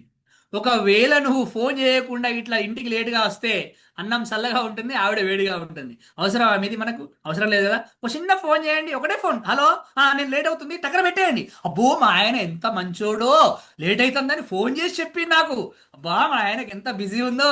ఈ మధ్యలో ఒక వీడియో వచ్చింది, మా ఆయన మస్తు బిజీ అబ్బా, ఈ మధ్యలో బ్యాంకాక్ పోయి ఆఫీస్ పని అట, మస్తు పని చేసి ఒళ్ళంతా హూనమైపోయి వచ్చిండు. అయ్యా రాత్రి 2 గంటలకు కూడా వీడియో కాల్ చేస్తారు, ఆ వీడియో కాల్ చేయకపోతే, వీడియో కాల్ అటెంప్ట్ చేయకపోతే ఉద్యోగం అంటే చూడ బడేం పోయింది. ఎవరితోటో ఎన్నెన్నో విషయాలు ఎంతో మాట్లాడుతూ ఉంటావు, మరి ఇంటికాడ ఒక్క క్షణం హలో అని చెప్తే సరిపోతుంది కదా. అవునా కదా? కానీ బాగా ముఖ్యమైన విషయం గుర్తుపెట్టుకోండి, పిల్లల ముందు మీరు మాట్లాడుకుంటున్నప్పుడు పిల్లలకి పిల్లల కన్నా తనే ముఖ్యమనే విధంగా మాట్లాడే ప్రయత్నం చేయండి. పిల్లలకు తెలవాలి, పిల్లల కన్నా తనే ముఖ్యం నీకు అనే విషయం తెలిసేలాగా మాట్లాడే ప్రయత్నం చేయండి. కానీ చాలా సందర్భాల్లో మనం ఇది పాటించే ప్రయత్నం చేయట్లేదు. కాబట్టి ఎందుకు అనంటే చివరిగా మళ్ళా ఉండేది మీరిద్దరే కదా. మిమ్మల్ని కన్న తల్లిదండ్రులు మీతో ఉండరు, మీరు కన్న పిల్లలు మీతో ఉండరు. మళ్ళీ ఉండేది ఎవరైనా ఉన్నారు మీ ఇద్దరు అనంటే ఒకరికొకరు మీరే తోడుగా ఉంటూ ఉంటారు. కాబట్టి అందరికన్నా ముఖ్యమైనది ఎవరు అనంటే భార్యకు భర్త, భర్తకు భార్య అని తెలిసేలాగా ప్రవర్తించే ప్రయత్నం చేయండి. ఉదయం పొద్దుగాల తొందరగా లేస్తే బెడ్‌షీట్ కూడా మీరే మడత పెట్టండి. సార్ నేను బెడ్‌షీట్ మడత పెట్టను సార్, నేను ఆఫీస్‌లో ఆఫీసర్‌ని సార్ అని అనకండి ప్లీజ్. ఆఫీస్‌లో ఆఫీసరు, ఇంటికాడ కాదు నువ్వు. ఆఫీస్‌లో ప్యూన్‌లు ఉంటారు, ఇంటికాడ ఉండరు నీకు. ఓకేనా? బెడ్‌షీట్ మడత పెట్టి మంచిగా ఆడ పక్కకు పెట్టేయండి పర్లేదు. వారానికోసారి బయటకి తీసుకెళ్ళండి హ్యాపీగా. సార్ మరీ వారానికోసారి తీసుకోకుండా నెలకోసారి అట్లా బయటకు పోండి. కానీ బయటకు పోయినప్పుడు చాలా జాగ్రత్తగా ఉండండి. ఎటు దిక్కులు చూడకండి. ఆమెనే చూస్తూ ఉండండి. ఒకవేళ ఆమె చెప్పినా సరే, ఇగో పక్కనే ఐశ్వర్య రాయ్ వచ్చింది చూడండి అన్నా గానీ, నాకు ఏ రాయొద్దు ఈ రాయి ఉండంగా అని చెప్పండి. అంటే what I'm going to set, ఎట్టి పరిస్థితుల్లో కూడా ఎటు చూసే ప్రయత్నం చేయకండి. కాబట్టి మీరు చాలా జాగ్రత్తగా ఉంటారని తెలియజేస్తూ, చిన్నగా చివరి మాట ఏంటి అని అంటే, సారీ చెప్పడం అలవాటు చేసుకోండి. సారీ చెప్పడం అలవాటు చేసుకోండి. తప్పు నీదైనా సరే, తప్పనిసరి పరిస్థితి అయినా సరే, సారీ అని ఒక మాట చెప్పండి. తప్పేం కాదు. ఎందుకు అనంటే అమ్మ, నాన్న, అక్క, చెల్లె, అన్న, తమ్ముడు, ఉన్న ఊరు, ఉన్న ఇల్లు, చదువుకున్న ప్రదేశం, దోస్తులు అందరినీ వదిలేసి నువ్వే జీవితం అనుకొని, నువ్వే సర్వస్వం అనుకొని, నీ కుటుంబం కోసం, నీ కోసం వచ్చి మీ అమ్మా నాన్నలకు సేవ చేస్తూ, మీ అక్క చెల్లెలకు మర్యాదనిస్తూ, నీ పిల్లలకి ఆహారాన్ని అందిస్తూ, నువ్వంతా ఆరోగ్యంగా ఉండడం కోసం ప్రయత్నం చేస్తూ, ఎల్లకాలం నీ బాగోగులు చూసుకోవడం కోసం అందరినీ వదిలేసి నీ కోసం వచ్చిన తను, ఒకవేళ తను తప్పు చేసినా సరే తనను అర్థం చేసుకో. ఎందుకనంటే నీకన్నా వయసులో చిన్నది, ఆలోచనలో చిన్నది. కాబట్టి నువ్వే సారీ చెప్పే ప్రయత్నం చెయ్యి. తప్పేం కాదు అని మనస్ఫూర్తిగా తెలియజేస్తూ, నాలుగు గోడల మధ్యలో ఉన్న నన్ను నలుదిక్కులకు పరిచయం చేసిన ఇంపాక్ట్ ఫౌండేషన్ అధినేత గురుగారు గంపా నాగేశ్వరరావు గారికి, ఎక్కడో గ్రామీణ ప్రాంతంలో ఉన్న నన్ను ఈరోజు గూగుల్లో సెర్చ్ చేసినా కానీ గూగుల్లో కనబడే స్థాయికి తీసుకొచ్చిన ఇంపాక్ట్ క్లబ్ ఇంటర్నేషనల్ కి ప్రత్యేక ధన్యవాదాలు తెలియజేస్తూ, కోటి మందిలో ఒకటిగా ఉంటావా, కోటికొక్కడిగా ఎదుగుతావా అనేది నీ చేతుల్లోనే ఉంది.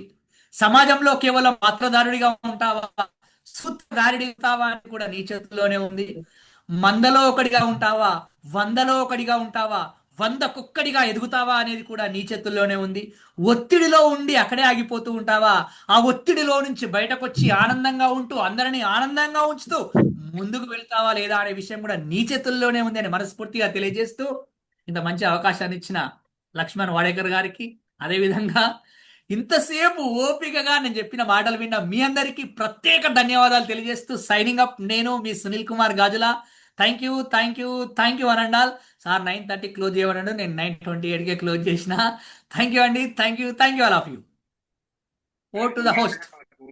Thank you sir, thank you so much sir Sunil Kumar Rajula sir. Sir అసలు మీ సెషన్ ఎంత అద్భుతంగా అంటే మమ్మల్ని అందరినీ కూడా మీరు నవ్వుకుంటూ సెషన్ స్టార్ట్ అయినప్పటి నుంచి లాస్ట్ వరకు కూడా నవ్వుతూ అందరినీ కూడా నవ్వే విధంగా చేస్తూ నవ్విస్తూ చాలా అద్భుతంగా సెషన్ లో అసలుకి ఈ మనం ఒత్తిడికి ఎలా గురవుతున్నాము, స్ట్రెస్ మేనేజ్మెంట్ అంటే ఏంటి అనేది ప్రతి విషయాన్ని కూడా క్షుణ్ణంగా 84 లక్షల జీవరాశుల్లో మానవులు అతి తెలివైన వాళ్ళు, మనశ్శాంతి అనే దాన్ని మీరు ఎక్కడ దేవతలు ఏ విధంగా పొందుపరిచారని చెప్పి ఒక స్టోరీ, ఒక కథలాగా చెబుతూ, అదే విధంగా అంటే అనారోగ్యము, అసలుకి మనము ఈ అనారోగ్యాన్ని ఎలా జయించాలి, ఆరోగ్యంగా ఎలా ఉండాలి, ఆరోగ్యంగా ఉంటే మనం స్ట్రెస్ ని ఎలా అధిగమించవచ్చని, అదే విధంగా అంటే ఈర్ష్యాద్వేషాలు అని చెప్పి చాలా ఒక్కొక్క పాయింట్ చెప్పుకుంటూ, అదే విధంగా అంటే ఉద్యోగం, మనము ఉద్యోగం వల్ల ఒత్తిడికి లోనవుతున్నాం, మన బాస్ తో మనం ఏ విధంగా ఉండాలి, మన కుటుంబంలో మనం ఎలా ఉండాలి అని, అదే విధంగా మన హ్యూమన్ రిలేషన్స్ సంబంధించి మన మానవ సంబంధాలు కూడా ఎలా ఉండాలని మీరు చాలా అద్భుతంగా చెప్పారు సార్. అదే ఇంకో అంటే మనము ఊహించుకొని, అంటే లేని భయాలను ఊహించుకొని కూడా మనం చాలా ఒత్తిడికి లోనవుతున్నామని చెప్పి ప్రతి విషయాన్ని కూడా ఒక్కొక్క పాయింట్, ఒక్కొక్క విషయం చెప్తుంటే మా పార్టిసిపేషన్స్ అందరూ కూడా మీ యొక్క అసలుకి ఒక్క కన్నురెప్పలు కూడా ఆర్పకుండా చాలా అద్భుతంగా సెషన్ ని ఎంజాయ్ చేశారు. చాలా ఆనందం అనిపించింది. ఖచ్చితంగా మేము కూడా ఈ రోజు నుంచి ఒత్తిడిని ఏ విధంగా అధిగమించాలని చెప్పి ఖచ్చితంగా కూడా మేము ఫాలో అవుతామని చెప్పి చెప్తున్నాం sir. Thank you sir, thank you so much sir. తమ టైం ఇస్తే 1, 2, 3 క్వశ్చన్స్ తీసుకుందాం సార్. రైట్ అండి. డియర్ లీడర్స్, ఏమైనా డౌట్స్ ఉంటే షూర్ షూర్. వీలైతే నా నెంబర్ నోట్ చేసుకోండి, 9492100236. మీరు ఆ నెంబర్ సేవ్ చేసుకోండి, స్క్రీన్ మీద కనబడుతుంది. మీకు సంబంధించి మీరు ఏదైనా చెప్పాలనుకుంటే మీరు వీడియో చేసి నాకు పంపించే ప్రయత్నం చేయండి. 9492100236. Okay right. సార్ ఎవరు ఆయన రేజ్ చేశారు, చూద్దాం ఒక నిమిషం, ఎందుకంటే బాగా టైం అవుతుంది, 9:30 ఆల్రెడీ. మాట్లాడి. Thank you sir, thank you. మీ ఎనర్జీ మొత్తం కూడా ఈరోజు ఇక్కడ కనబడ్డది. Thank you Raju sir. Question అడగండి. నమస్తే నమస్తే.